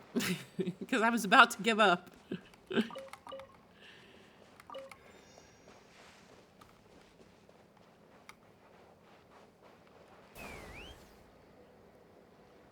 Yes, you were my good luck charm because I'd been circling the map for about 10 minutes and I hadn't found another one.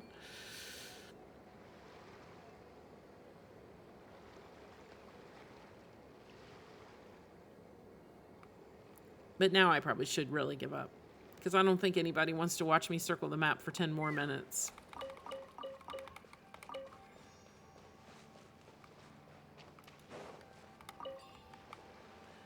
Okay, well, let's see how many we ended up with. So we're at 56, 208, 826. I think I need... Actually, I can Google it. Hold on. Let me Google how many I need. I'm not going to show it on stream, though, because it's leakers.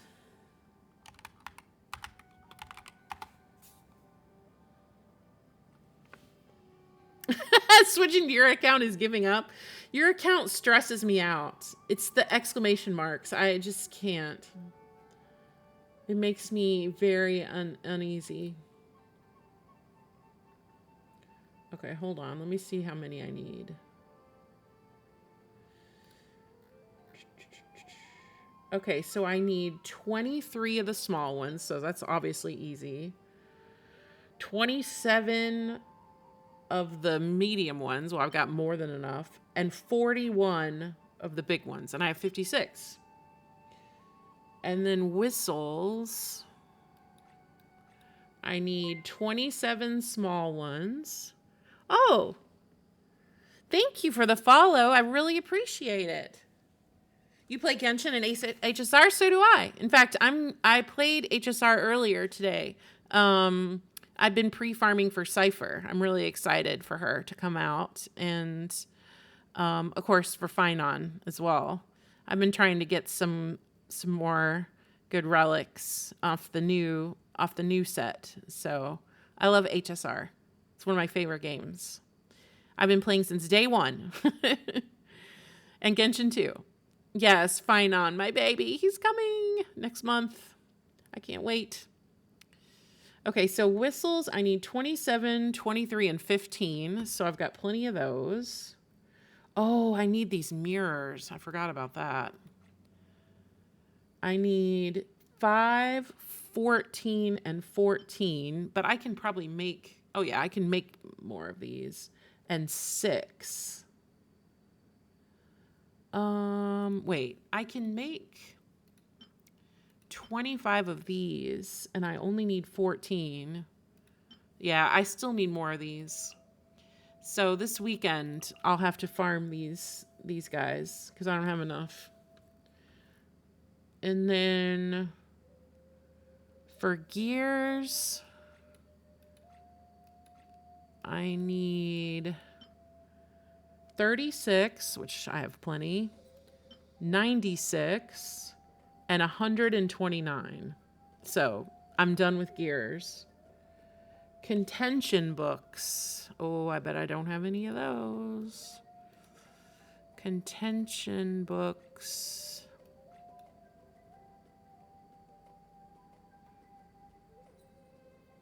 Oh, I know. There are a lot of very bad people. Yes, I'm aware. You won't be finding that here, though. We are wholesome, friendly people here. Okay, let's see. Contention.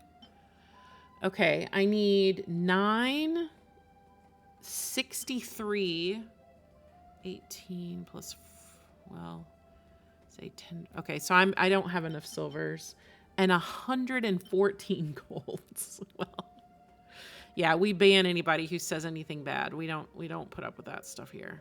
So I need a lot more of these. Oh, it's open today. Oh, but I don't think I have any. What do I have? I guess I could open. I only have 4. Oh, I'm so resin poor. I guess I can do 1 run. Yes, I have a very good moderator here who keeps everyone in line. So I don't have to worry. Okay, so this is contention, right? Let me get Chaska out of here. I only use her for Ochkanatlian. Are we going on a trip? And then Or to a competition? I gotta put Janson back in.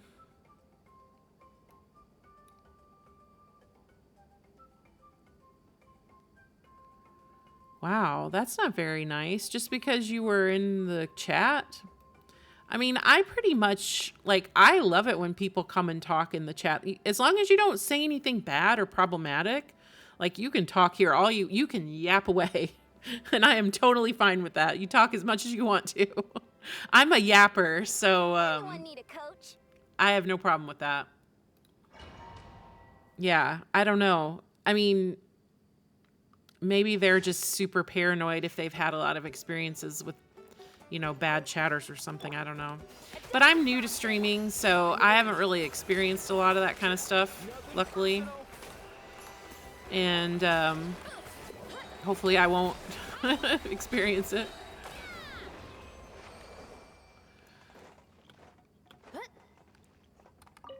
But back before I was streaming myself, I used to go into just random Genshin and HSR streams all the time and just, like, you know, ask people if they wanted, like, help, or if they were new players, you know, I would go in and, like, say, oh, did you know, like, I know some people don't like backseating or whatever, but I didn't do it in, like, a backseating way. I would just be more of just, like, saying little helpful things or putting in little bits of knowledge or something, and usually people really liked it, especially if they were super new to Genshin. Oh, Mono Geo. Let me show you. I love Mono Geo. I played Mono Geo a long time. So this is my Mono Geo team right now. It used to be, so I used to use Goro, but when I got Shalonen, I swapped her in. And okay, so I'll show you my characters. So my Ito is on his signature weapon, and he's C6. And then my Chiori is on her signature weapon. She is at C1. Albedo on his event signature weapon, he is C4. I really want a C6 Albedo. And then Shalonen is also on her signature, and she is at C2. And this team can do some major damage. They can get it done. I'm so glad Geo kind of had a rebirth a little bit with like the Golem guys. Like in that, what's that area called? I can't even think of it right now. Petrichor. I love how they incorporated like Geo enemies and stuff. Oh yeah, I love Goro. I miss using Goro. I sometimes still use him. I swap him in sometimes. Oh, and of course, Zhongli.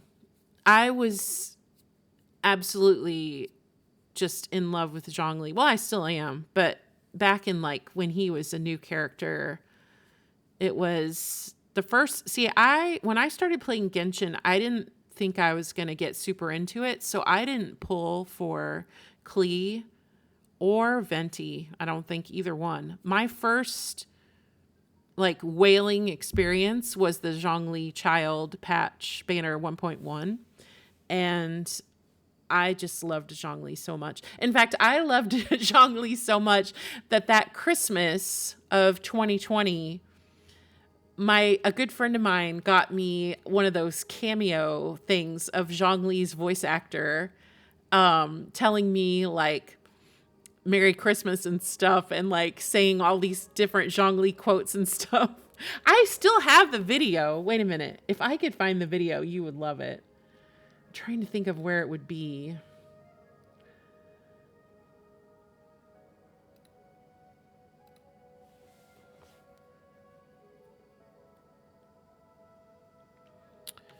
Yeah, I had people, well, okay, so when I first started streaming, I didn't have any like banners or anything, and there was a couple of people who came in that week and were like asking me if I wanted them to like design things for me, or if I needed like any art or like banners or anything.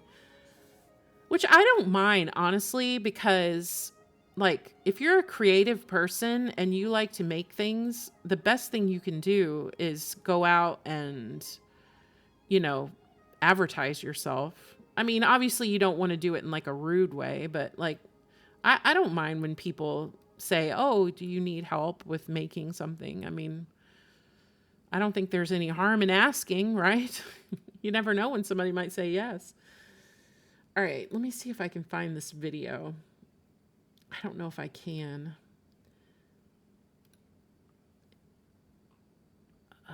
I'm checking my...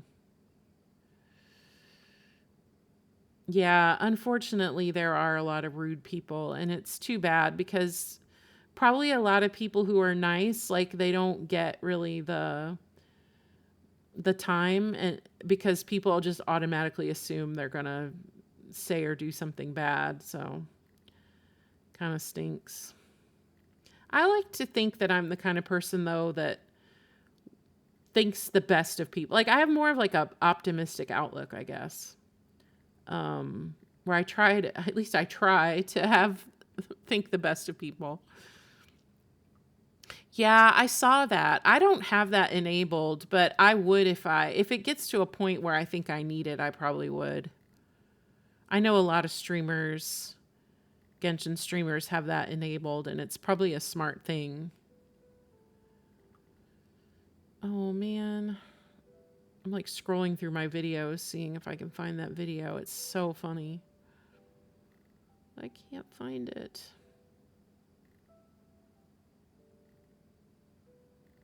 Man, I have a lot more videos than I realize. Oh, the Switch 2. Okay, I'm usually the kind of person that gets swept up in like new consoles and stuff, like whatever's the newest, latest, greatest. But I have zero desire to buy a Switch 2.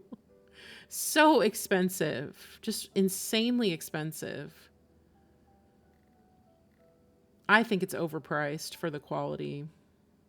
But of course, Nintendo can charge whatever they want because people know you can't play the games on anything else. So it's kind of basically a monopoly. But even my close friend who is a Nintendo fanboy and loves all the games, like, he didn't even buy one. So I think a lot of people will wait. and just either wait for more games to come out first or to see like what the reactions are from other people first, or maybe for the price to go down, which, I mean, this is Nintendo. It's probably never going to go down, but yeah. The thing is, Ace, I don't know about you, but I never play my Switch. I don't think I've played my Switch probably since back when I used to play Animal Crossing. I never play it. I mean, it's literally right here on my desk, but I never play it.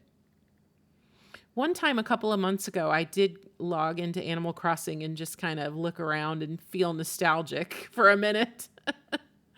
But other than that, yeah. Yeah, same. It's just too expensive. And it's really sad because when you think about it, Nintendo is really geared a lot towards young people. And what young person can afford that, you know? I mean, I guess it's just their parents. Their parents can afford it, maybe. I don't know.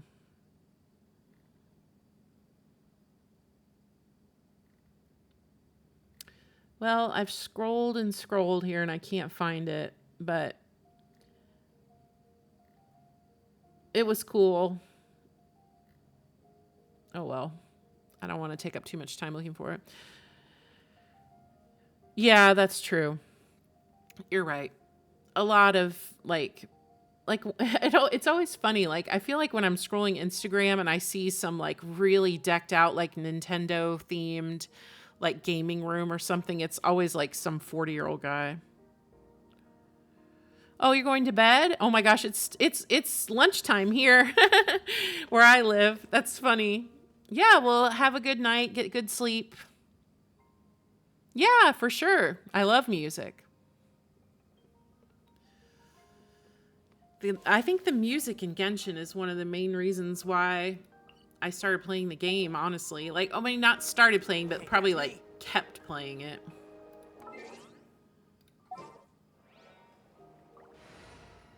Oh, really? That's cool. Ace can relate to that. She used to live in Japan. For what? What was it? Ace, you lived there for like 10 years, didn't you? I wish I could live in Japan. That's my dream.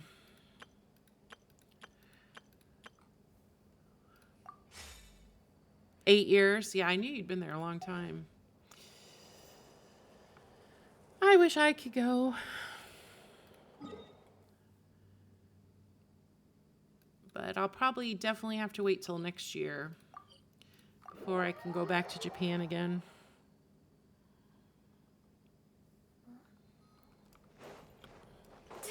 What? All right, Ace, I think I'm ready to log into your account and suffer.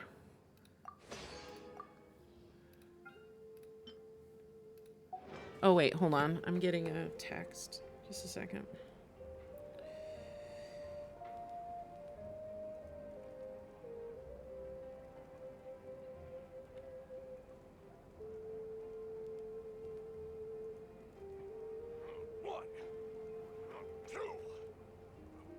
There's a lot that goes into managing an orchard. Watering, weeding, fertilizing. When my dad sends me a text, I have to answer. He'll panic and call the police or something. I don't know. You have to keep. He always wants an immediate response, so I had to answer him. Yeah, it was a pleasure talking to you too. Thanks for dropping by. Thanks for the follow. Alrighty.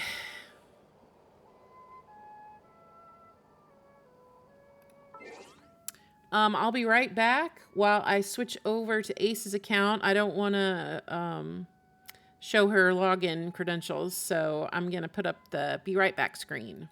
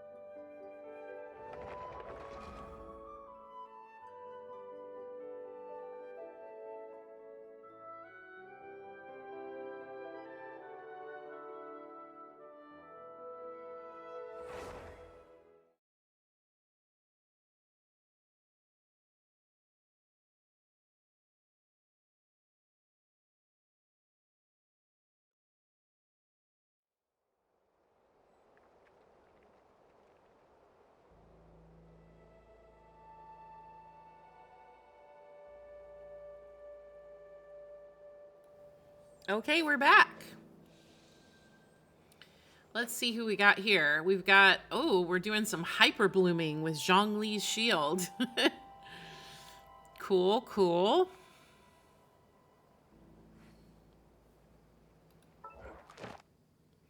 Let's see. Oh, somebody's been on, it looks like maybe earlier today, because you got one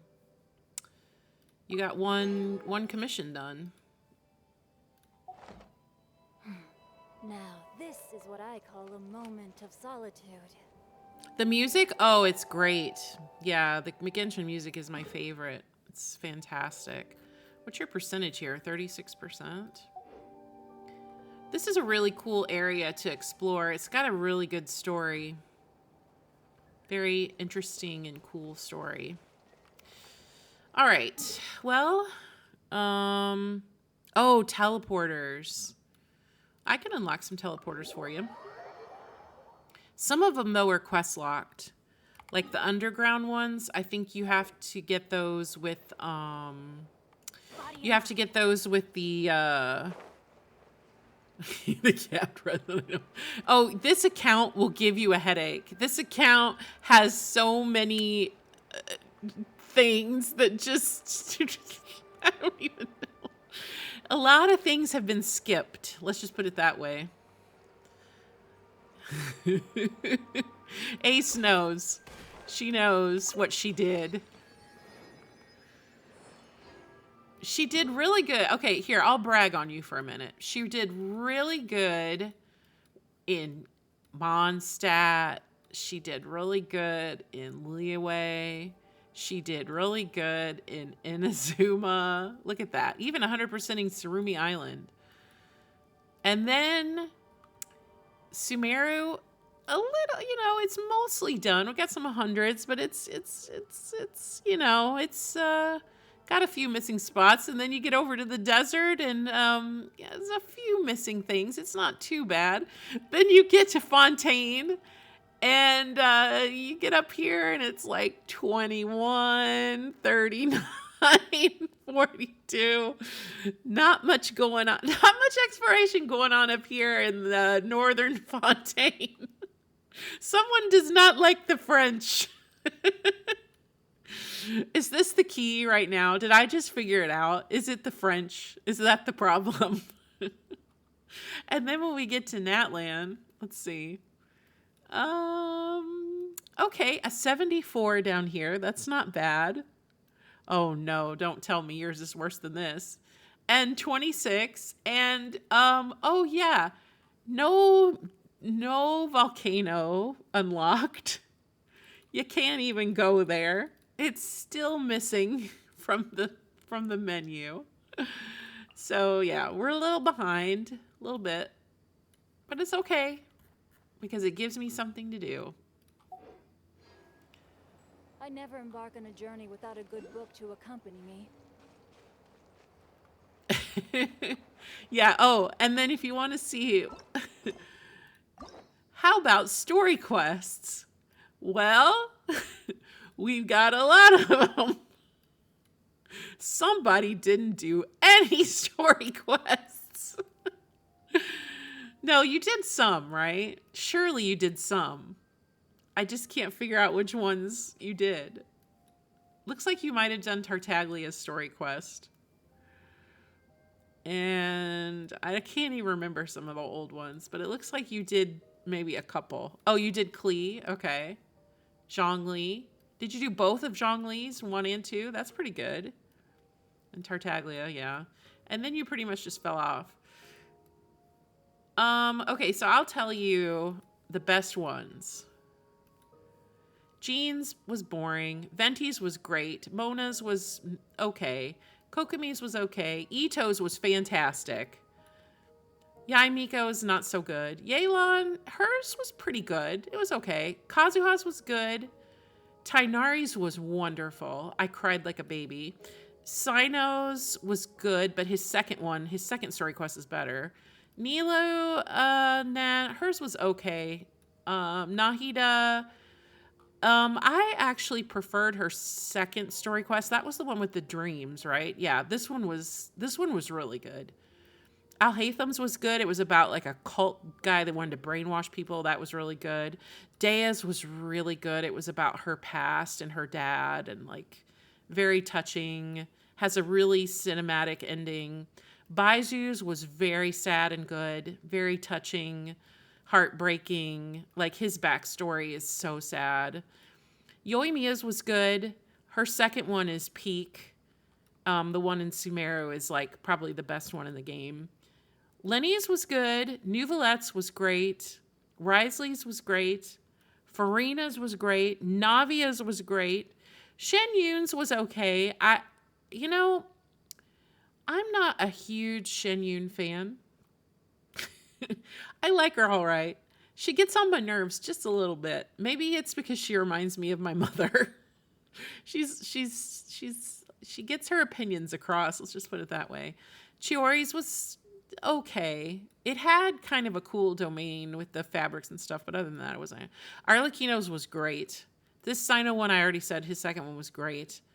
Clorin's was good. Sijuin's was okay. Emily's I didn't really care for. Mavuika's I didn't care for. Mizuki's was very good. Her domain was insane. Very cool. Escoffier, hers was kind of slow the first half, but I really liked the second half. Going to Remuria and the domain there was really cool. So yeah, I've done them all. They're very good. So you're missing out on some good stuff. Oh, look right here. A Paraculus. Yeah, Iato's was torture. Even for me, and I love Iato. I have a C6 Iato. I love Iato. But unfortunately, his story quest is not about him. It's about some people that wanted to get married, and it was super boring. Okay, I see the other teleporter. Oh, don't. I don't want to fight you. I'm just unlocking a teleporter. Oh, I should free the Saurians, though. This is sad. Look, you've left your Saurians here being bullied. I must have justice. Justice for Saurians.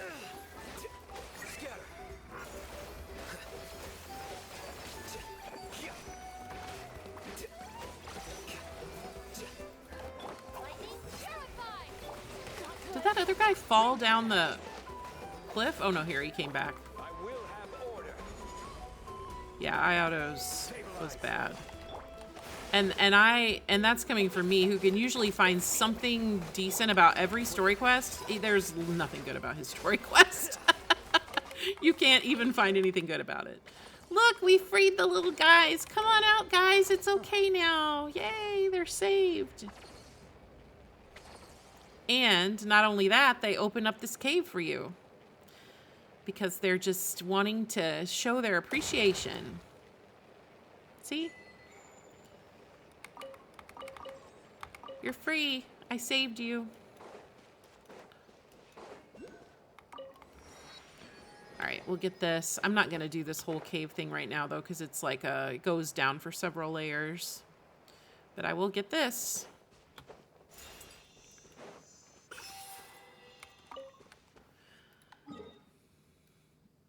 Oh, here's another teleporter over here.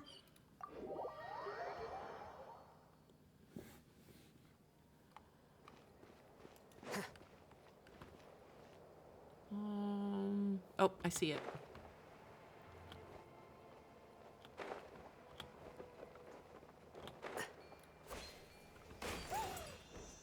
Okay. Oh my gosh, I almost thought I was Chaska for a second and I was gonna fly. That's so funny. Chaska. I should say Chaska. Why did I say Chaska? My Midwestern accent's coming out.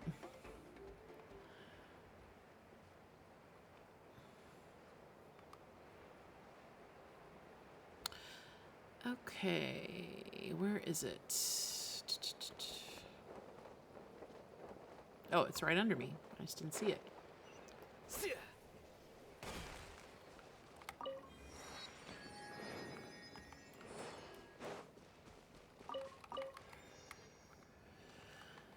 Okay. This one I don't know how to get to that one without Chaska. You may have to wait and quest unlock that one. This one I think you can get to. But this area is torture if you don't have a flying character. Do you not have Aoife? Wait, let me check your account. You don't have Aoife? Why? Question mark. Oh, you do have Aoife. All right. Well, if we put Aoife out, we can fly. See if we can find him already on a team here somewhere. Probably not.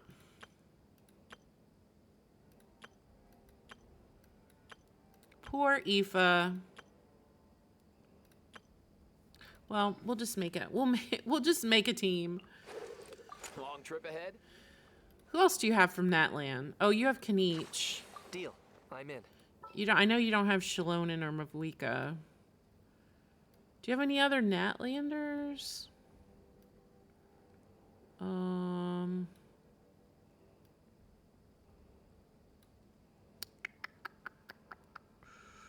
Any other Nat? Oh, you have Auron. Want me to join? We don't need Nuvalet. We could put in. Well, you have Kachina. I was gonna say everyone has Kachina. Okay, let's go. All right, now we have some terrain riders. We have some people who can actually Let's go. get us to where we need to go. Now, hold on. Okay, I think we'll do this one first.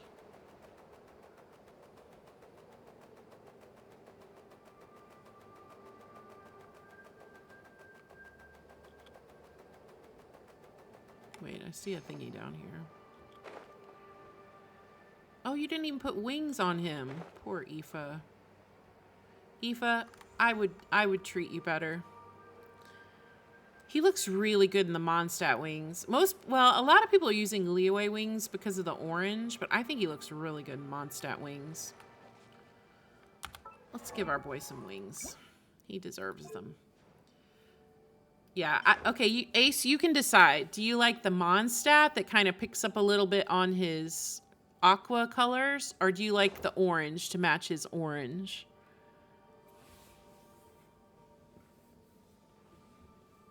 Which do you prefer?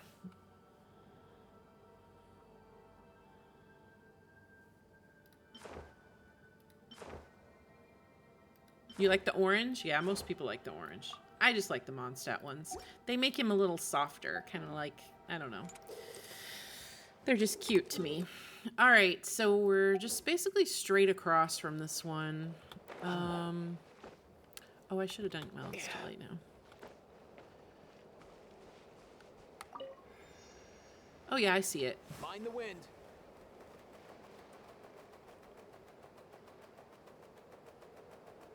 I think we can make it over there. Actually, we can Kanich.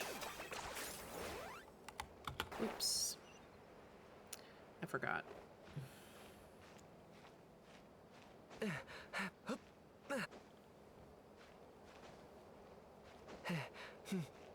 I forgot Kanich. My Kanich gets 2 jumps. Is that not standard? Is that with constellations or something? Okay, looks like there's also a thingy-mabobber over here somewhere. There it is.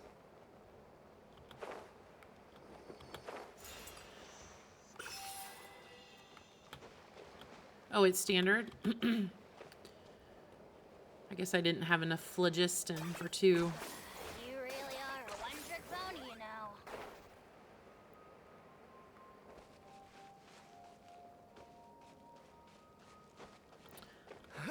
know. Okay, let's see where this other teleporter is.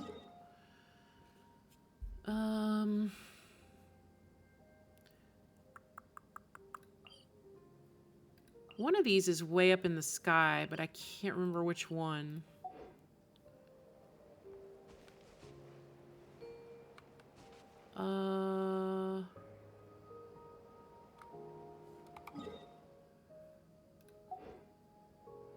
I think this one's on the ground.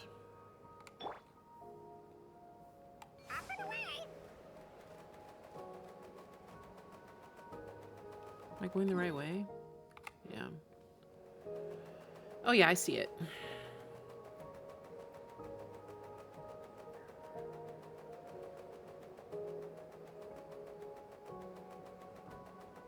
I'm gonna run out. Okay.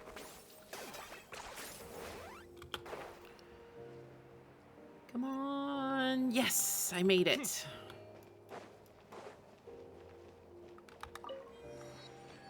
And there's like a puzzle here, so you can come back and do that sometime. Or I can do it for you sometime.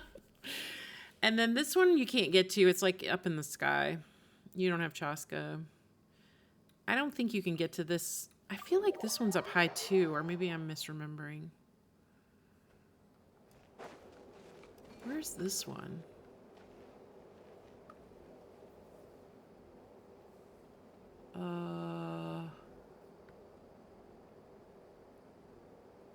Oh no, it's down below.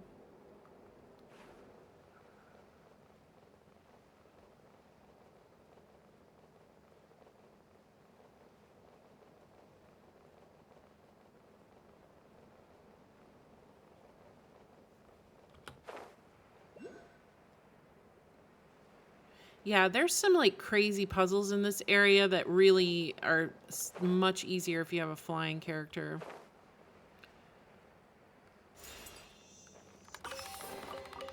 Do I get a share? You actually want this trash? Yeah, here it is. It's right here. Take me back. I didn't get the teleporter. That's weird because usually if it's in a story or a mission, it'll just auto unlock the teleporter for you. It's strange.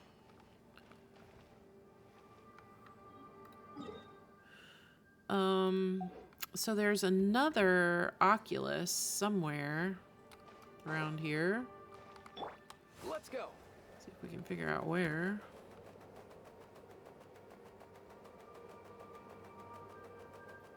Oh, there's Mimi Flores over here. Now I want to go back and get him on my account.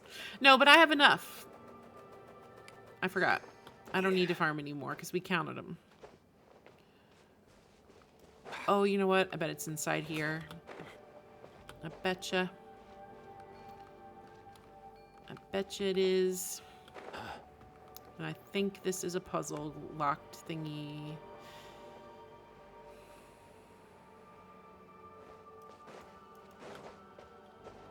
I vaguely remember this. Yep, it is in here. And I think you have to... There's like 2 of those owl things or something. I'm trying to remember. Oh, no, wait. I remember this. You have to make all these guys come alive.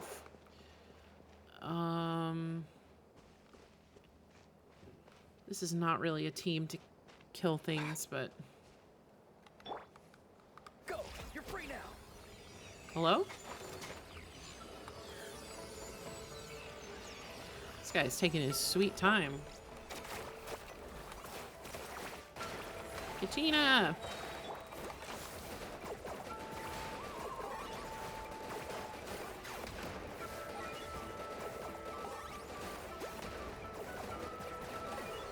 Claim these souls. Submit your soul in sacrifice. Yeah, that's not gonna do it. Locked on.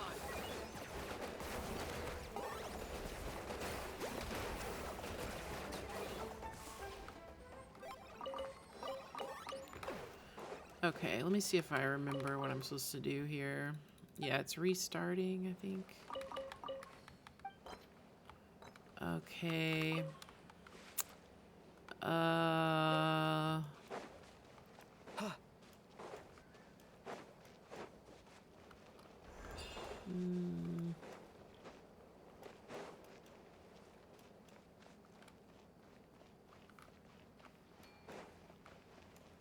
have to remember how this puzzle starts.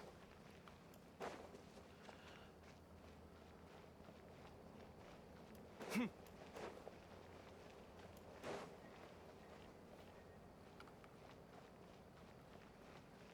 feel like there's like an Auroron thing, like one of those sigil things.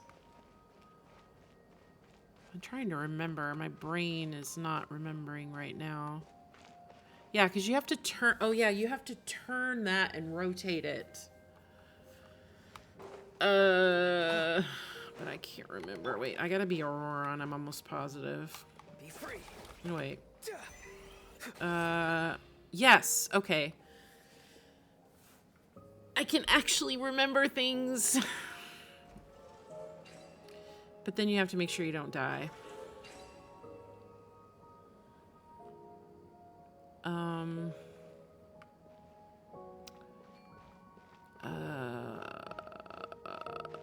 That's gonna shoot me, and I don't remember what I'm supposed to do next.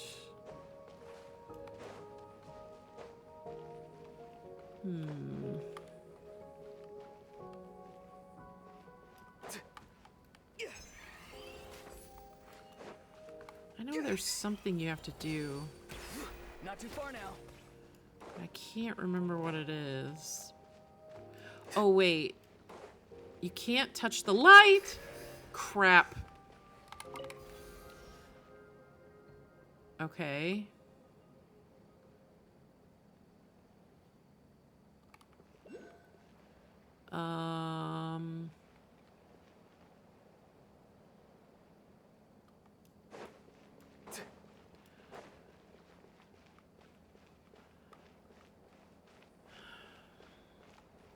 Isn't it funny how you can just do something and then completely forget how you did it?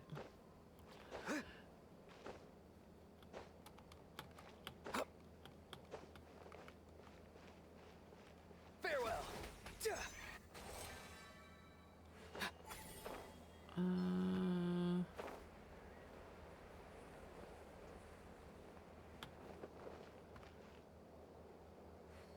Oh.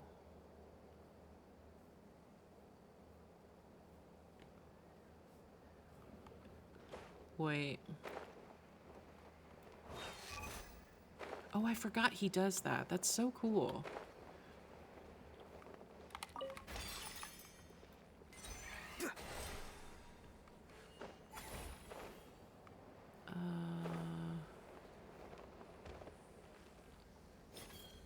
Perfect.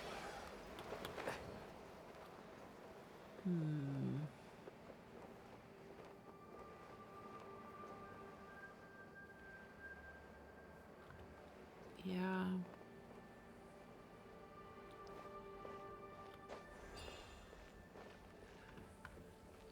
Not too far now. Okay.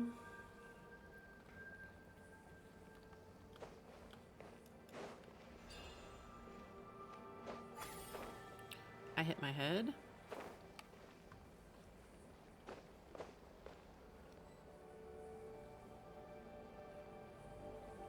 Here it is. And then there's one more. Oh, wait, hold on. Quick text.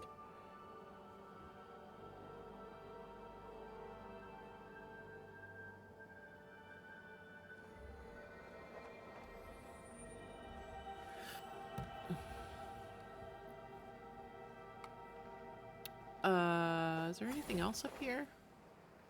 Yes, there's something. I see something shiny. Oh. Okay, I'm falling into a hole. No? Was that it? Okay, so I got 2 keys. There must be another key. Right? Oh yeah, I see it.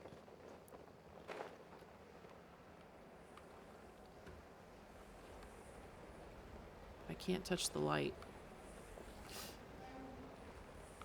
No!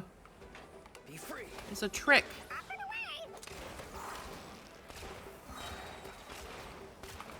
Mind your step. Target acquired. Oh no, they're gonna kill me. No, don't kill me. Kenichi, don't fall off the cliff. My mistake. Okay, we made the whole circle.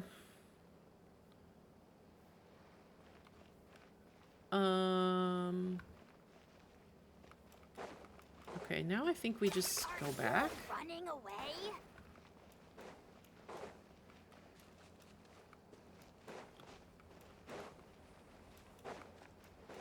No? Yes? No? Maybe now I interact with this.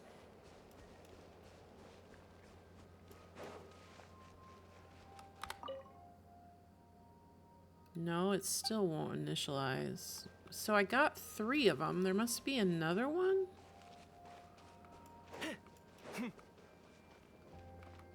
Well, I already got that one.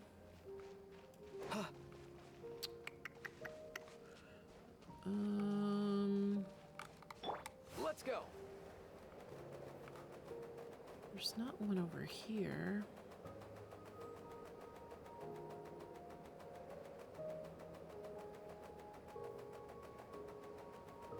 And I already got that one.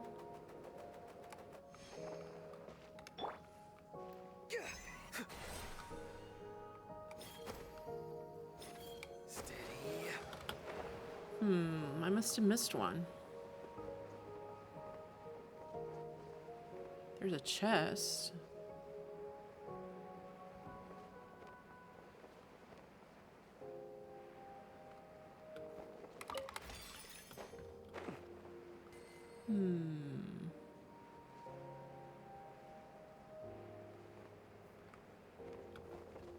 Maybe I'm supposed to do something with this. Farewell.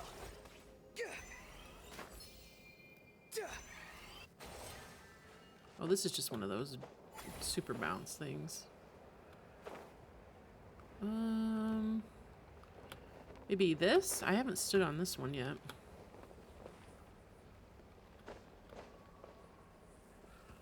Nope. Oh, I know. I'm so dumb.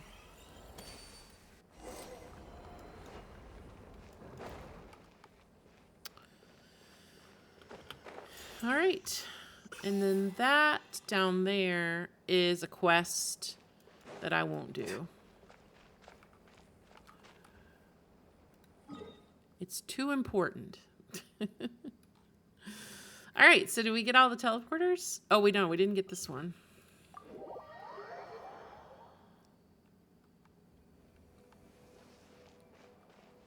Let's see.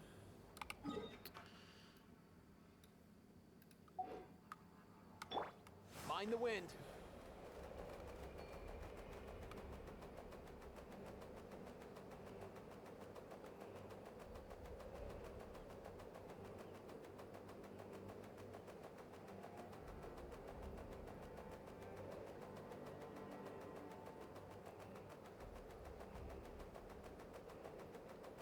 I see it. Ooh, thank you. Free refills. Easy now, Kakuku. Watch out, we're coming through.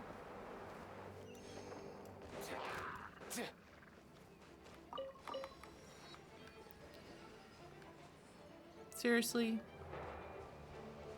Let's go.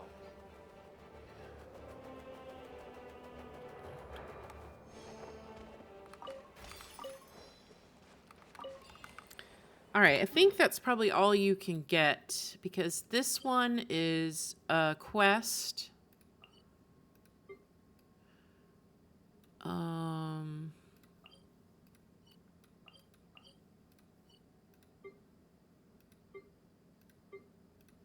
Yeah, these are all part of that quest. And I don't think, yeah. So we can go back over and work on some of these next.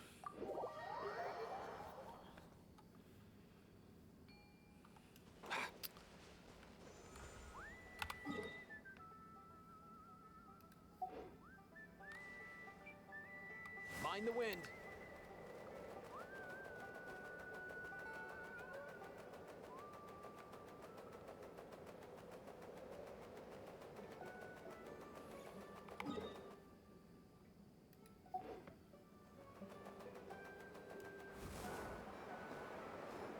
be right over here.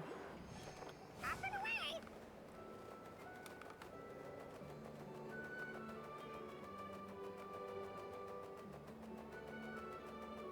Oh, I see it. All time, bro!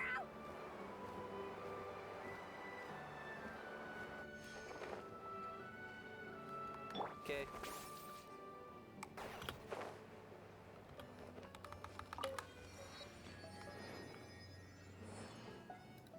And this is to the boss. Have you never done this boss? I guess if you're not pulling Skirk, you probably don't care. Oh yeah, both of these are in this tunnel. Actually, let's navigate to this one because we need to enter from here. Hi.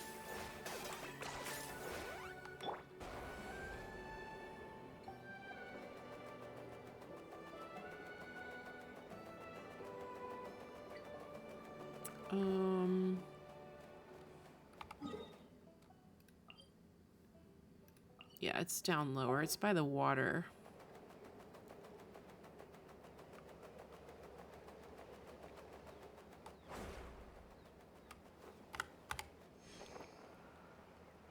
Yep.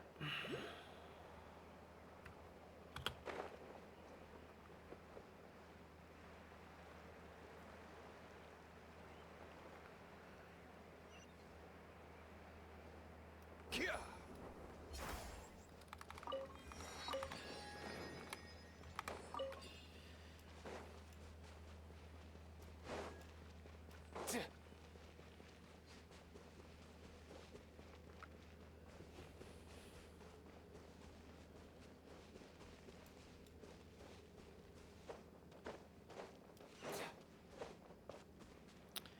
Okie dokie.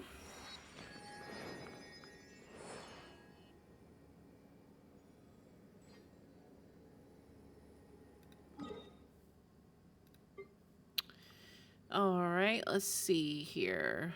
I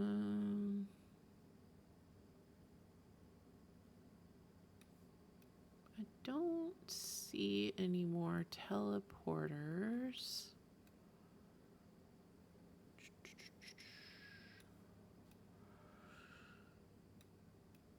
I don't think I see any more locked teleporters. Except for obviously you're missing all the ones up here. Do you want me to do that, Ace? Are you planning to do it? You're not going to skip it, are you? It's like the best place. Got reputation.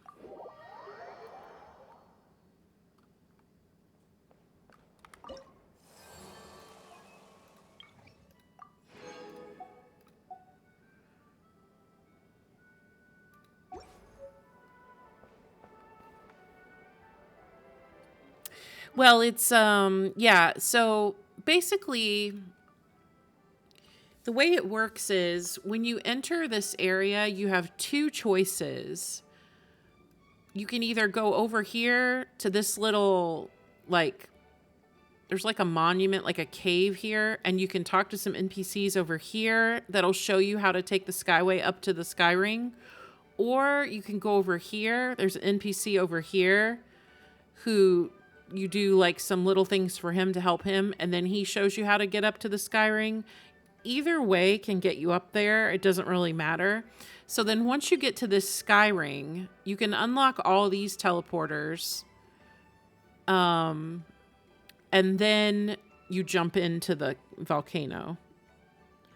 So if you want, I could just do this part, and then that way whenever you're ready to jump into the volcano, it'll be unlocked. Or I can just not touch it if you'd rather do the whole thing by yourself. It's up to you. Oh, you started it? Well, do you remember if you were over here or over here? Or maybe I can tell by looking at your quest list. Let's see. Huh?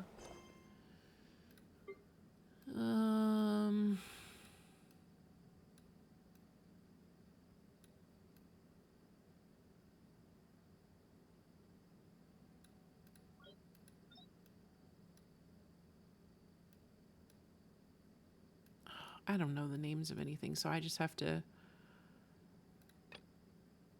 What's this? Okay, so you started this one. And that's fine, because either way, it takes you up there. It doesn't really matter which way you go. Tell me what you see. I got him cornered.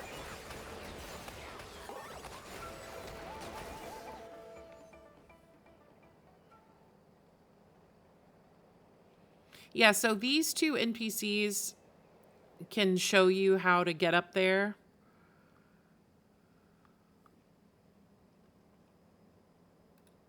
But, I mean, none of it's voiced. It's just world quests, so...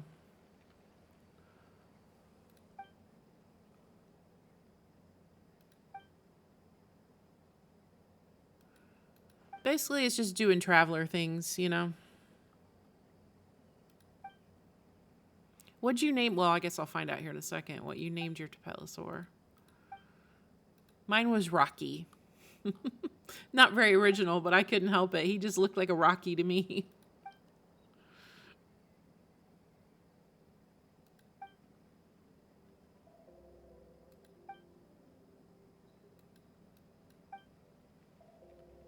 Wait, you named him Misha? Aw. Misha. So cute.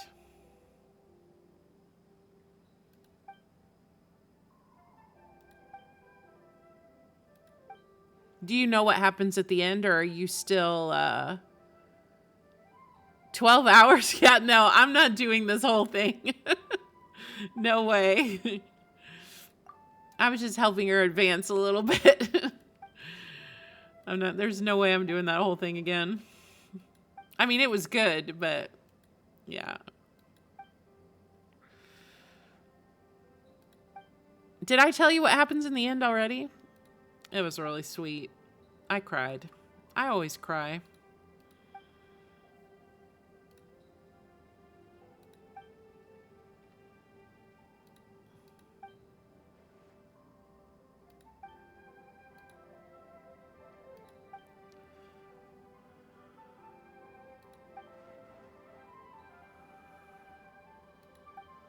See, they're going to give you the knowledge of how to enter the volcano.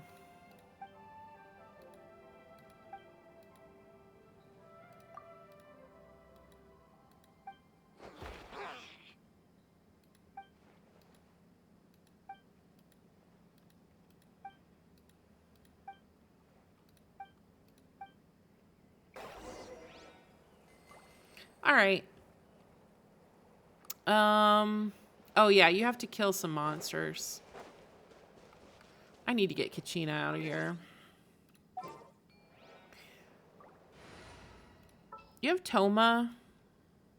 Yes. I guess the housework can wait. Toma is my boy. I think I play Toma every day. It's so funny.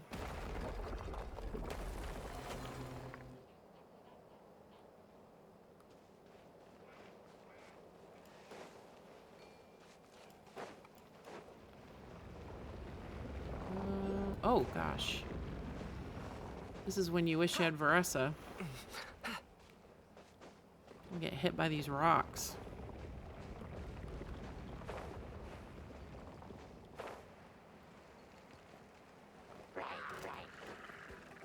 Yeah, whatever.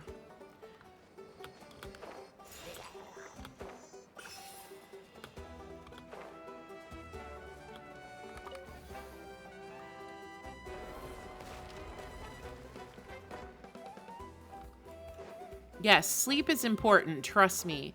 I had a sleep study done last year, which a friend of mine who is also a streamer told me to go and have it done because she had it. Well, okay, so long story short, she had been told by her mom that she should go and have the sleep study done.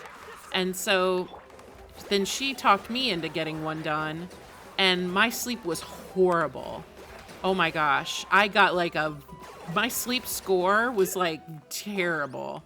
And I know it's because I'm just used to like staying up till very late and like just having very bad habits about sleep and stuff like that. So the person who did the study told me, like, you really have to be careful about not sleeping because it can give you, like, really bad health problems. First of all, it, like, destroys your brain tissue and causes your, like, parts of your brain to die. Like, I didn't know any of this. And, because you don't enter that, like, deep sleep for enough hours, because you're supposed to sleep, you know, like 7 or 8 hours.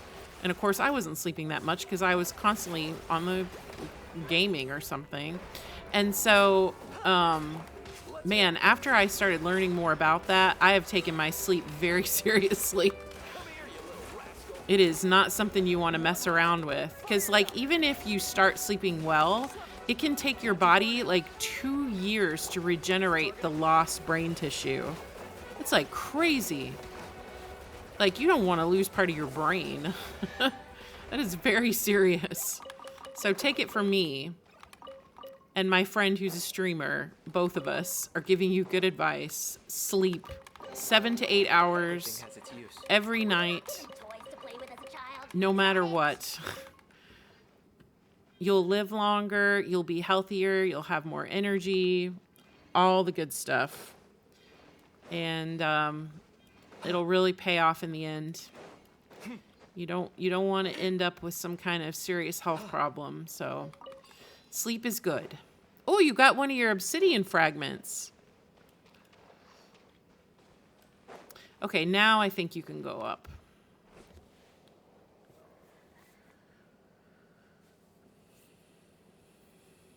Yeah, it does take discipline because you basically have to force yourself to, you know, stop whatever you're doing and go to bed, even if you don't really feel like it. Especially if you're like into a game or a TV show or a book or a movie or something and you really don't want to quit. It can be hard to force yourself to go to sleep, but it's huge payoff if you can. Sometimes I wonder if a lot of streamers are so grumpy and negative these days. It's because none of them sleep. Everybody just needs to take better care of themselves. More self-care.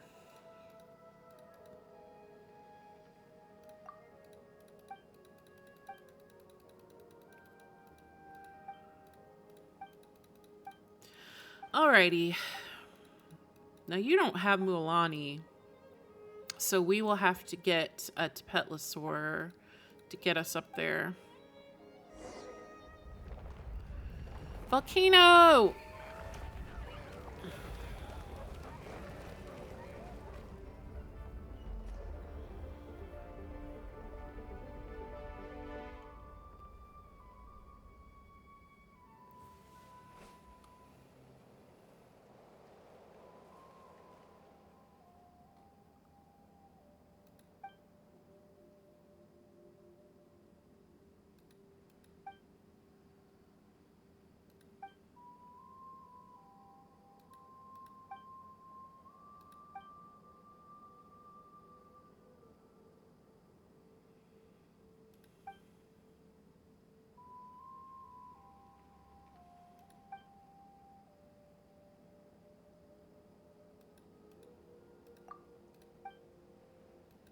Safety first.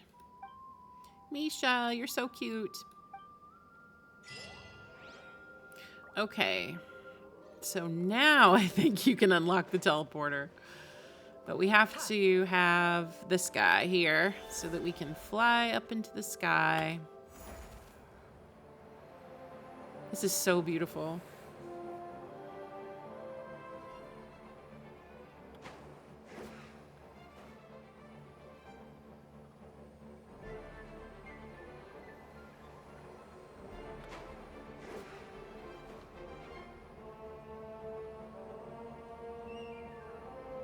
The scenery up here is breathtaking.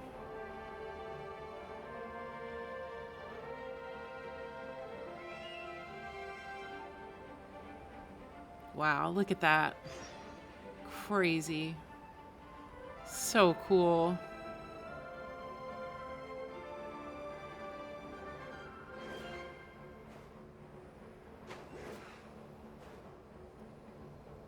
When I came up here for the first time, I came from the other direction, which is a little bit different.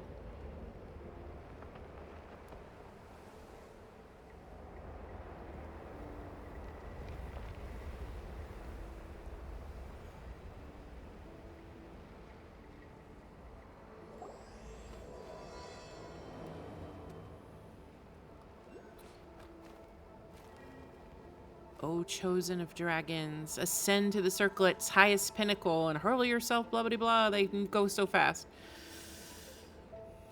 I've actually sent in comments on customer service about how fast those things go. It's like, please, we have to read. We're not all speed readers.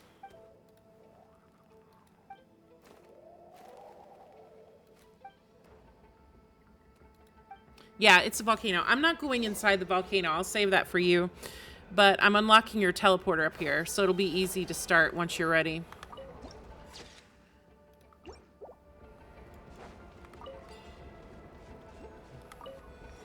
This quest is so good. It's really worth doing. I know you're tired of me saying that, but it's true. It's really amazing quest. I loved it. I think there's a couple more teleporters up here. Yeah, there's one over here on this end, and then there's one at the top. And there's some chests up here and some other various things. There's not a bunch of stuff here, but there's some stuff.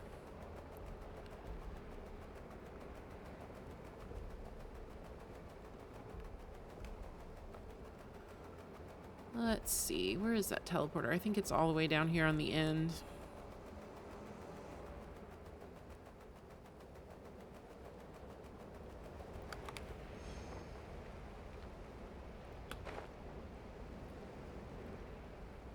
Let's go.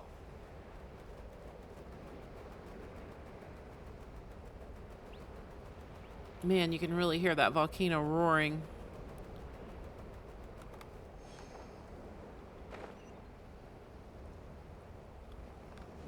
And then this is the other sky bridge thingy that takes you down to the other side of the volcano. But even though you only need one, you can still do both. So right now, we are at the very top of the volcano. Like, if we go back to that teleporter we just unlocked, this one, you can see it better. Yeah. Kukuku's getting a workout today. So yeah, this is the very top of the volcano. So when you get up here and finish this little bit of the story, you actually jump in. You jump right into the volcano. It's very cool. Yeah. But I'm not going to unlock the other teleporter because I think it'll trigger the story. And another cool thing, unless you're from the Flower Feather clan, you can't fly or glide over this area. You'll die. But if you're like Chaska or Aoife, you can actually fly right over that. Because over here on the other side of the volcano, there's actually something that you can interact with over there. It gives you an achievement. Yes, you have to do it. No ifs, ands, or buts. It isn't your homework, your assignment. You have to jump into the volcano. At least unlock it. And then after you jump in and do that little part of the story, then I can... And see, now, look, it explodes on the map. Isn't that cool? So I can help you with some of the exploration and stuff if you get bogged down with it. All right, let's see what else needs to be unlocked. We unlocked this last time, I think, the boss. Oh, you haven't unlocked this, but this is also quest locked. So you probably don't want to do that. It's not really long, but it's not really short either. Let's see if we have any other teleporters. Are all your Fontaine ones open? I bet you haven't been inside here, because this is only 39%. This area right here, where this little building is, this is a very cool area to explore. It goes down like multiple layers underground, and then there's like like not here, like not in the Fortress of Mirapede, but like over here, there's like a huge, there's more teleporters under here. There's more teleporters and there's a huge underwater area here. It's like insane. Like you go under these like underground tubes that take you like under the ocean, and then you go into like these like airlock chambers and stuff. Like very cool. But in order to access the rest of these teleporters, you have to enter from this building right here. And it's quite an involved quest. It's pretty long. And then once you finish all of this, if you come back over to about right here, kind of where this little dark spot is, there's a huge cave full of luxury. You get like 2 or 3 luxury chests and stuff, and more hydroculus and stuff. That's like the finale of it. So that is an important, I would say, as far as like, I say it's important because it actually involves like teleporters and stuff. And then of course this quest, once you do this quest and this thing sinks into the ocean, there's a lot more map stuff to do over here as well. So, but you can't do any of it until you do the Narcissus and Croix quest. So it's locked. Quest locked. Let's see what else. Actually, we can probably see exactly how many teleporters you're missing. Out the monsters, witness the eruption. Okay, so if we go like to... Okay, let's go to Fontaine.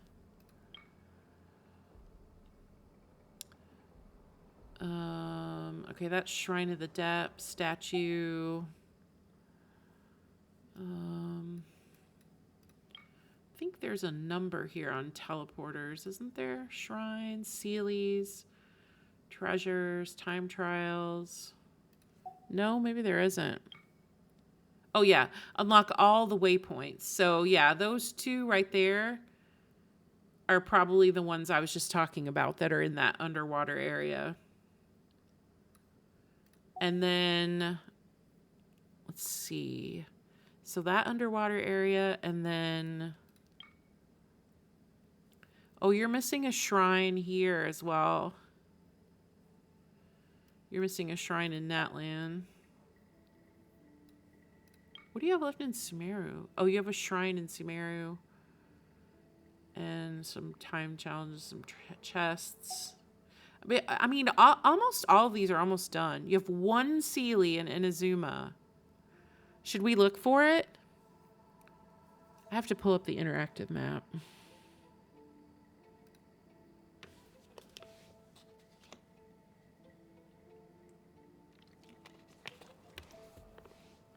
It's not too bad because there's only 16.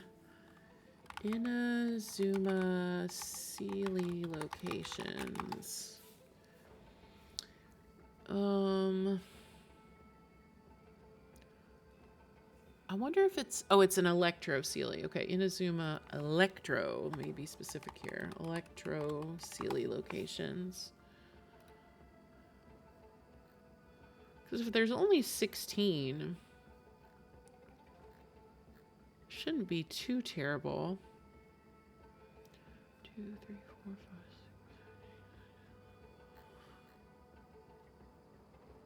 Wait, there's more than 16.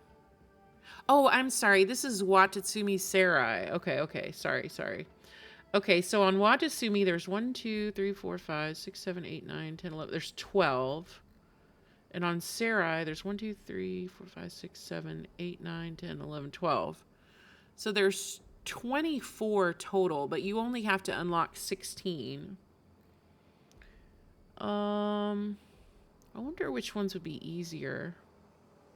Actually, Serai Island might be easier because it's not that big. Let's see. Okay, so there's 3 on this. There's 4 here. There's 2 here, and 2 here, and 1 here.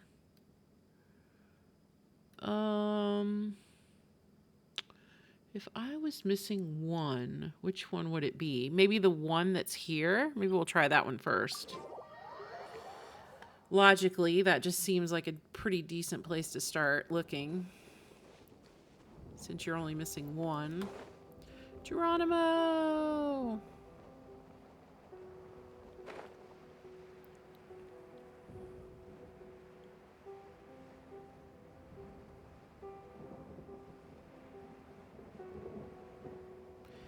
Okay, so it looks like it's right down at the very end of this island somewhere.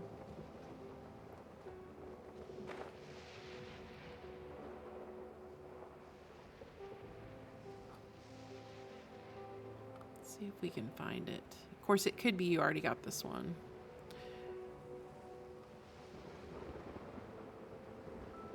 Let me see if this gives detailed pictures.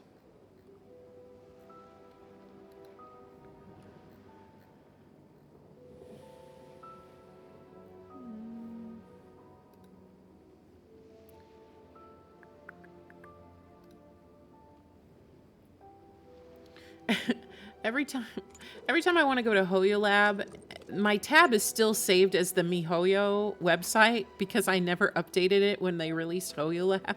Because when Genshin first came out, we didn't have Hoyo Lab. Well, we didn't have Hoyoverse, period.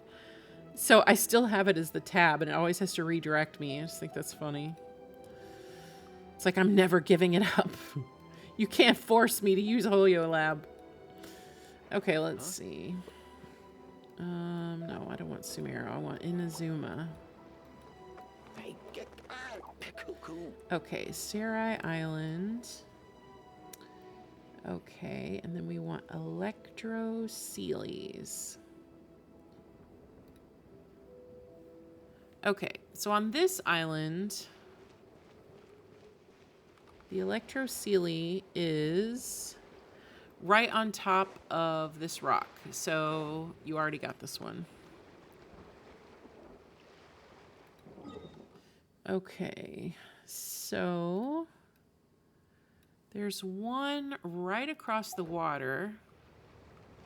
Wonder if I could just, I don't know if he's gonna have much distance here. We can try it. Nope. Not much. Natlan characters outside of Natlan struggle.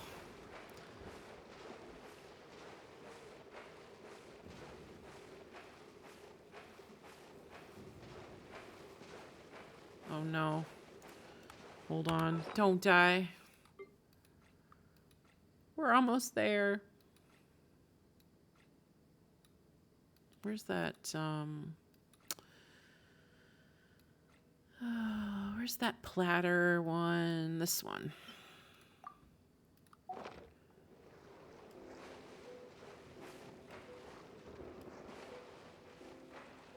If I don't make it, I'm gonna be so upset.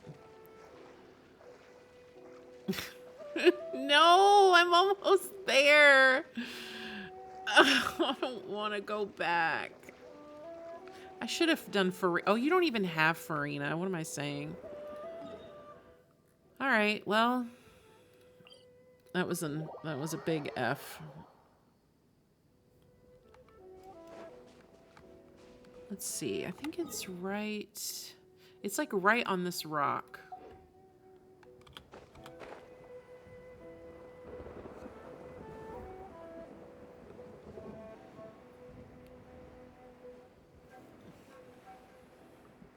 This is where we need to add Saurians. Can we get some Saurians on Serai Island, please?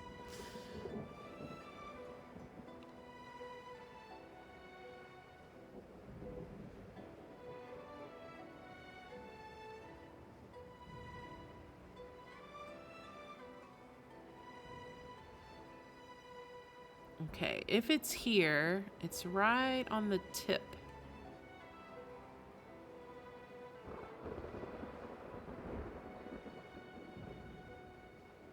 Don't tell me I'm not gonna make it even by gliding.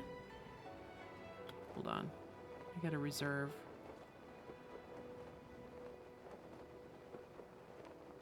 Okay, come on. You can do it. You can do it. You can do it. We made it. Okay. Let's see if we see a Sealy here. According to the map, it should be right on the edge. So I think this one's already gone. I don't see one. And then there's another one over here.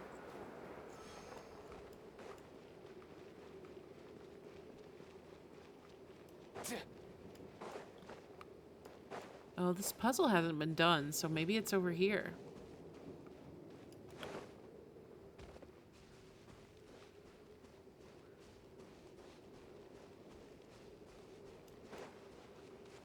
My gosh, I'm walking right through enemy territory.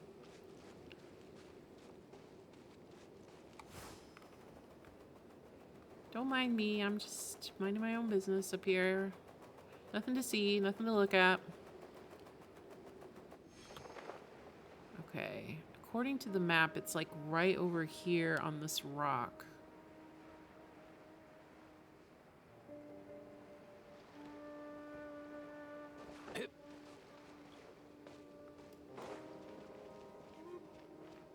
I don't see it.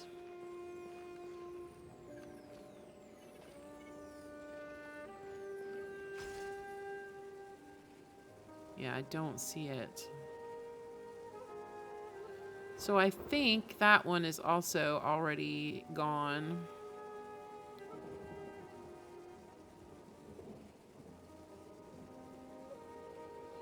So that's 3. Okay, there's 2 over here.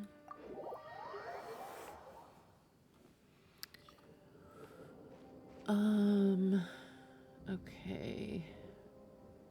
There's one like directly under me.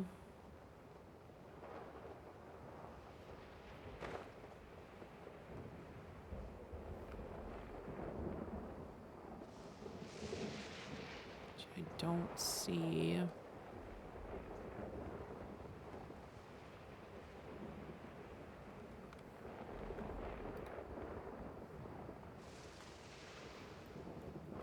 Yeah, you're supposed to be able to see it. Wait, let me line this shot up. Where's the pointy rock? Oh, it's over here. Okay, hold on.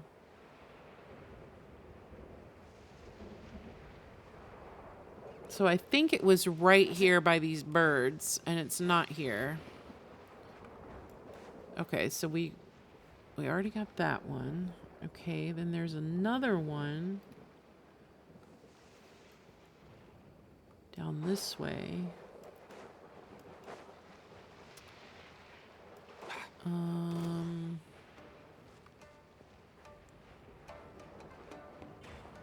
Oh, leave me alone.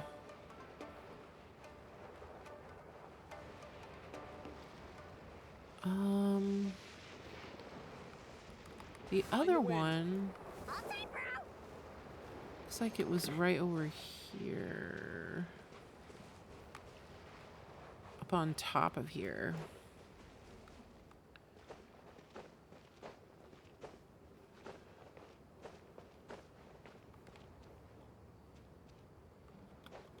I don't see it.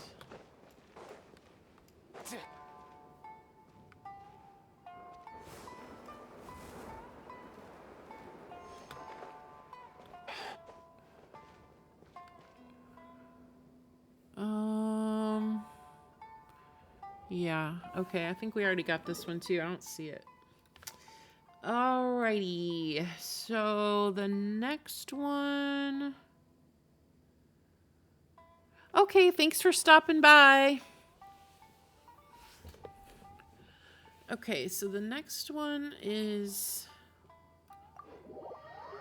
over here by this boat.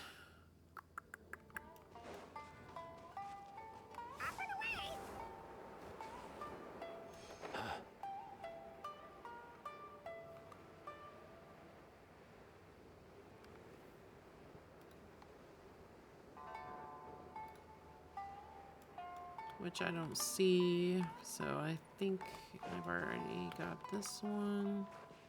Yeah. Okay. Then there's one by the village.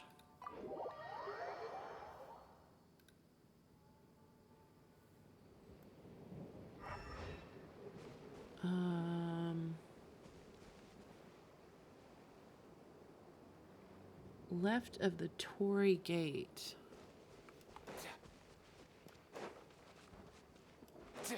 Wait, is there a Tory Gate over here?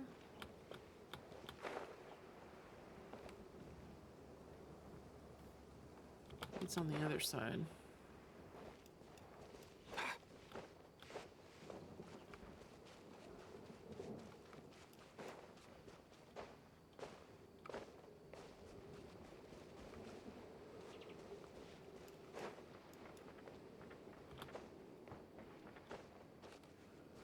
I feel like there is a Tory... Oh, wait, here we go. Is this the Tory Gate they're talking about?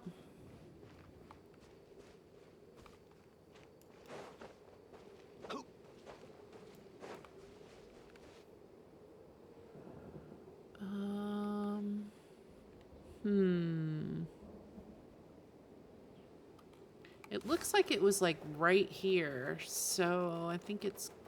We must have already gotten this one. I'm not seeing it. Okay, then the next one is like right here.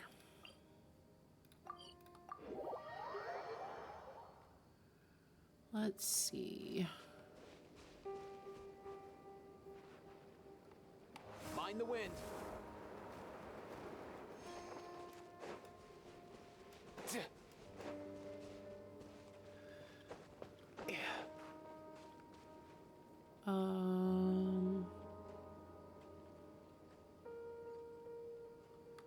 Let's go.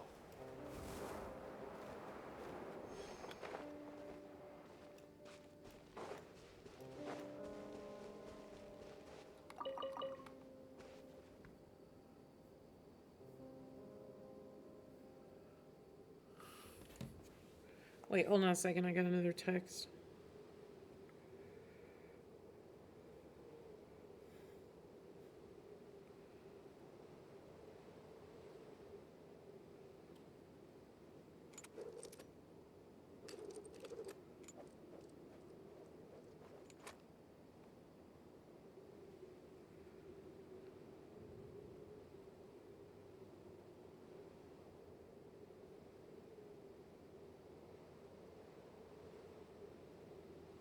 Did you hear that?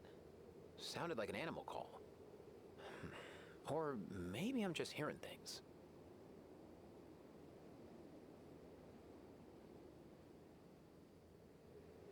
Ugh, it's ridiculous. A friend of mine's trying to move, and they just got their first estimate to move out of a 2-bedroom apartment, and it's $7,200 to move. They probably don't even own $7,000 worth of stuff. I hate this country. What is wrong with the world?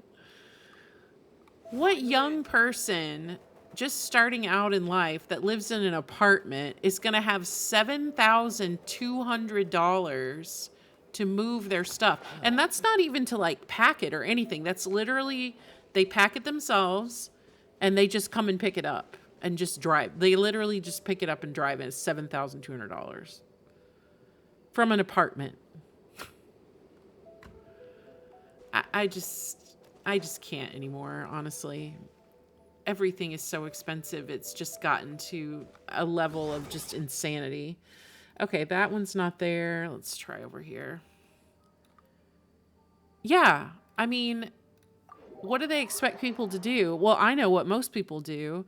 They end up having to rent a truck and drive it themselves, which is so dangerous when you don't even really know how to operate a truck, especially a big giant truck full of furniture. But that's what they expect people to do. Just do it yourself. Crazy.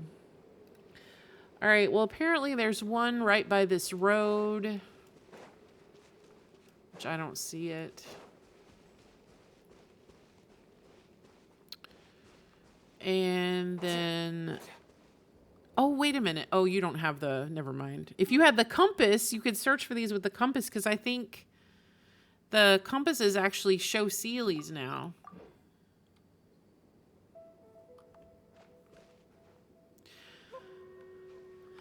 Let's see. Oh, I shouldn't have come down here. It's above me. Yeah, it would literally take... I mean, I don't... Who even has an extra $7,000 laying around? I mean, jeez.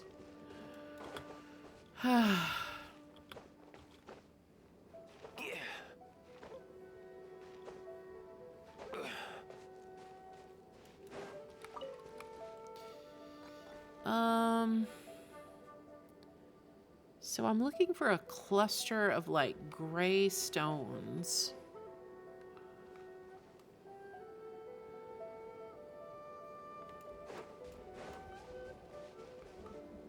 Yeah, right here. Okay, so you stand on these and then you look this direction. I don't see it.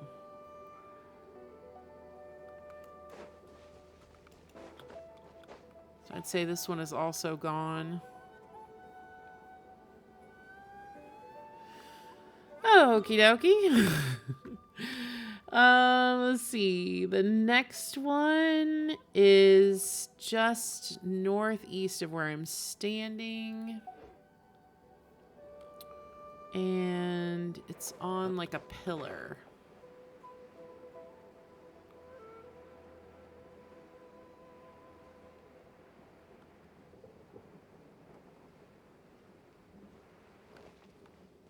It's probably...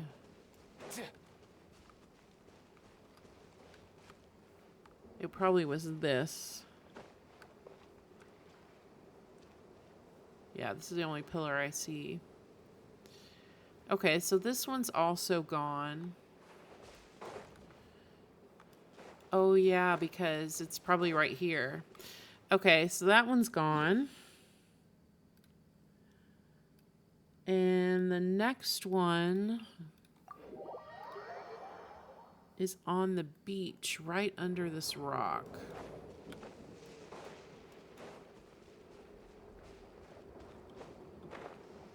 On another pillar.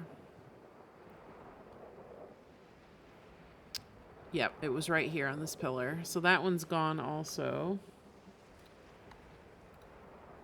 Okay, so that's 1, 2, 3, 4. That's all that. Okay, so I think that's officially all of the Electroceles for this island, which means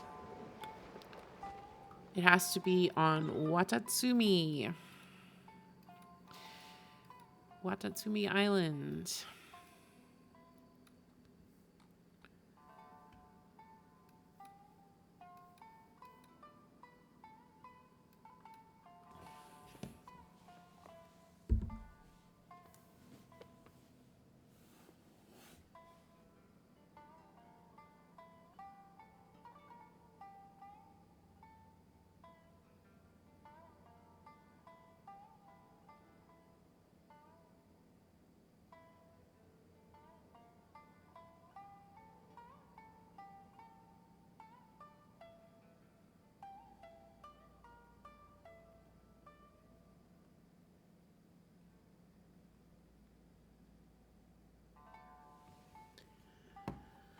So, let's see. Where should I start? There's 2 over here by the shrines. That's probably an easy place to start.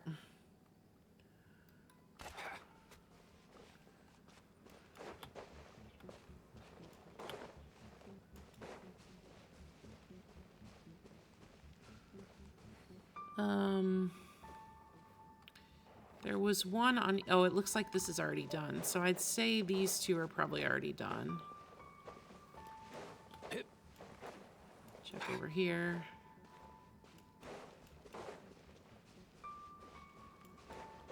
Yeah. Because I think they were on either side of this.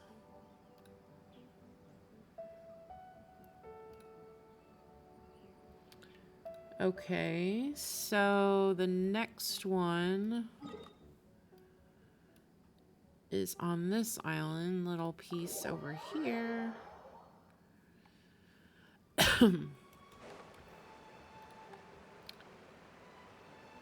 there's one over here by a tree.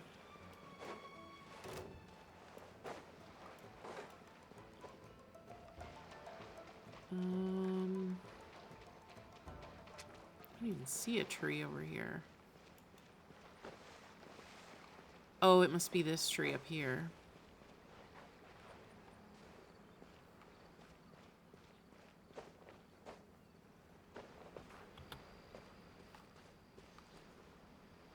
Yeah, I think it was right here, and I don't see it, so that one's gone.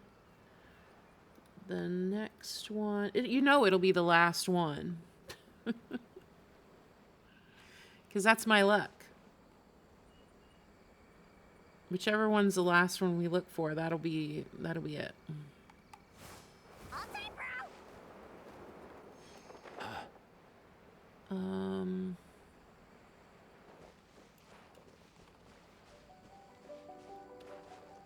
Let's see. Oh, was it this? I wonder. Yeah. Wait, because you can see the gate when you look at this from this way, right? Yeah. Okay, so we already got this one. So that's 1, 2, 3, 4.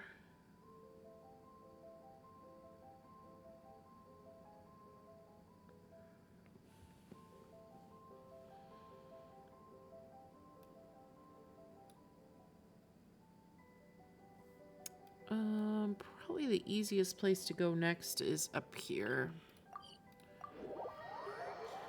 Okay, so there's one. One and done. Soon as you're rested up, let's make a move. Looks like it's by this bridge.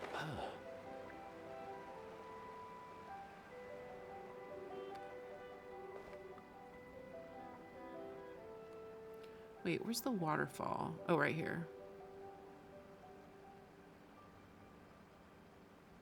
Wait.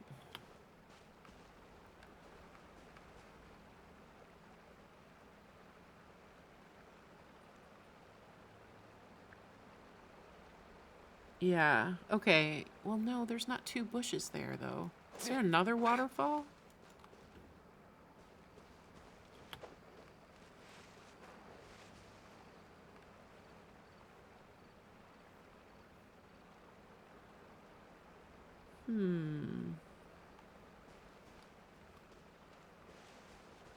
Is there another waterfall on this side?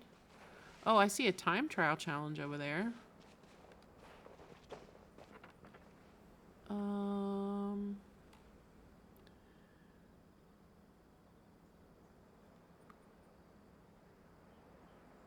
Huh. It might be lower down. Wait, right here. Okay, so this one's also gone because it was right here by these 2 bushes. Okie dokie, next one. Oh, I love this song. Okay, next one is... Let's go.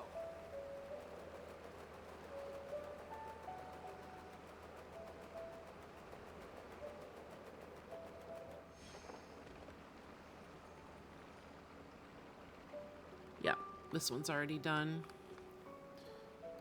Okay.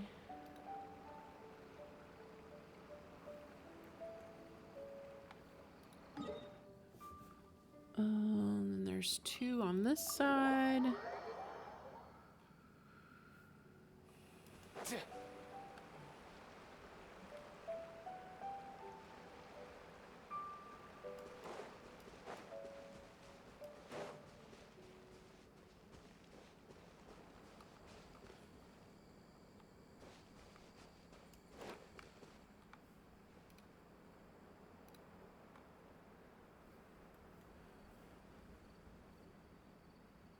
Let's see. Stand at the edge and look back.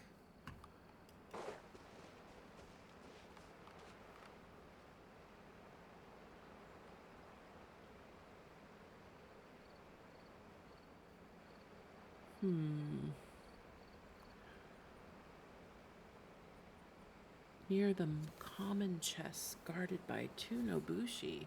Well, obviously that's long gone.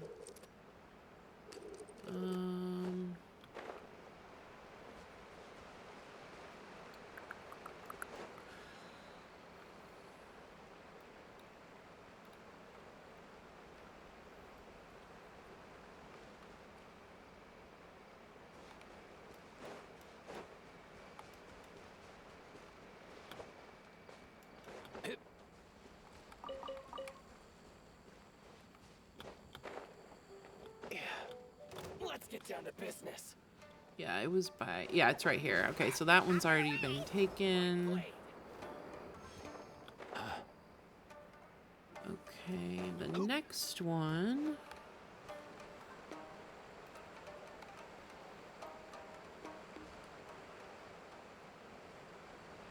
is right over...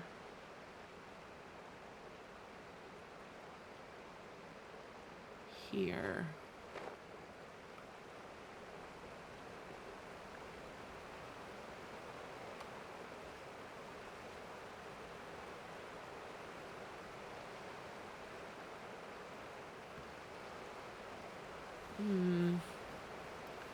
Because you can see that shell in the background. There's like a purple tree that sticks out.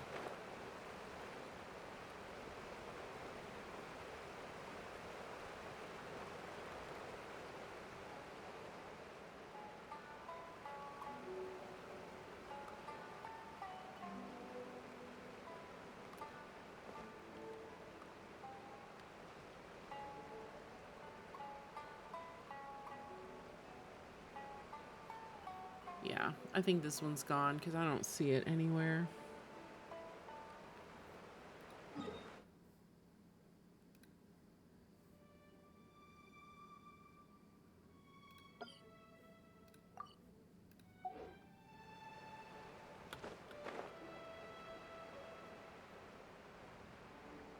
Oh, wait. Shoot. I should have used Kanichi. I could have swung over there a lot easier. Let's go.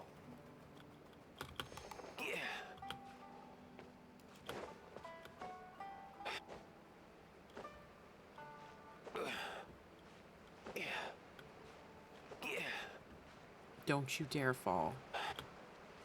Okay. Yeah, here's the purple tree. And it was right next to it. So it's gone as well. Okie dokie.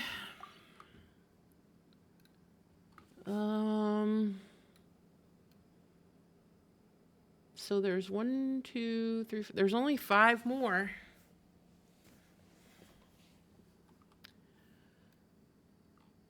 So there's one over here. If it's the last one, I'm gonna Sounded like an laugh. animal call. Huh?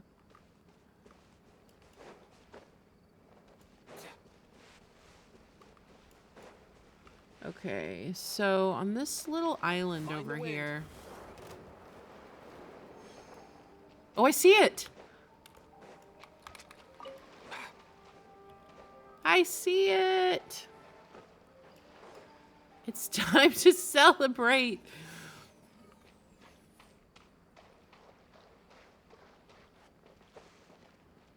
Oh my goodness, 4 years in the making. We have it.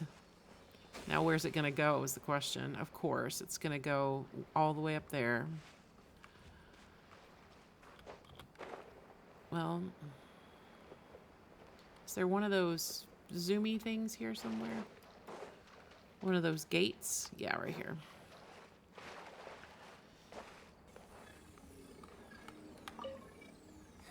Let's hope this is... Oh, never mind. It was right the first time. Hello? Where This better take me up there. I'm gonna cry. Up, please. Up, please. No, you're taking me the wrong way. Oh, no. Yes, I need to go up there. I hate everything.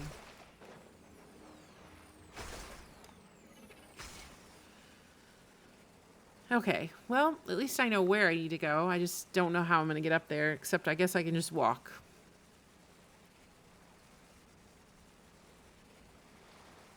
I'm so glad we don't have these in the game anymore. I hate these. It's like torture.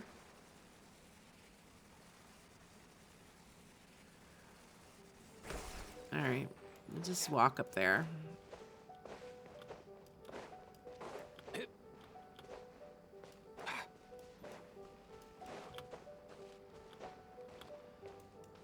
Watch it. It's now going to fly all the way back down. I see you, you little stinker.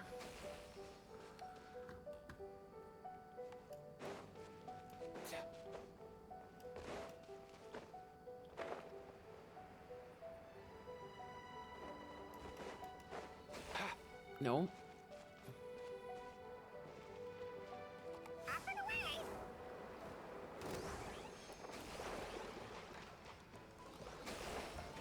Yeah, you're trying to lose me. Oh my gosh, we got it! Nice one. Locked on. A miracle! Oh my gosh, I'm getting electrocuted really badly. And I'm stuck on a log. Bow before your king. Submit your souls in sacrifice. And I'm dying. Pleasure doing business with you. I was sucked into the vortex. That's okay, it was worth it. It was worth it! Feels good. 16 Sealies, 100%, new name card. Awesome. All right, after that, I'm exhausted. I gotta go have lunch. Oh, it's already almost 2 o'clock here. Ugh, I'm starving. Well, Ace, thank you again for letting me experience the joy that is your account. There is nothing more entertaining than going back to Inazuma to look for one Sealy or all the other fun things we've done. I'm sure we'll slowly make more and more progress until you finally get all the teleporters and name cards and everything in the game. So that's going to be it for today. I was going to switch over to ZZZ, but I spent too much time on Genshin now, so I'll have to work on that later. So thanks to everybody who came by. I think we had like a record number of chatters today. That was awesome. And yeah, I'm just spread the word. Anybody you think likes gacha games, see if they'll give me a follow. I think I need like 15 more followers to unlock the affiliate. And then once I do that, I can do things like emotes and channel points and I don't know, all those fun things. We can come up with like channel point redemptions and I don't know, like silly stuff. So getting closer to having that. So that'll do it for today. And yes, we can do it. We can definitely do it. It'll just take time and that's fine. So Ace, thanks for all your help with moderating. And I will be back probably tomorrow. So goodbye for now.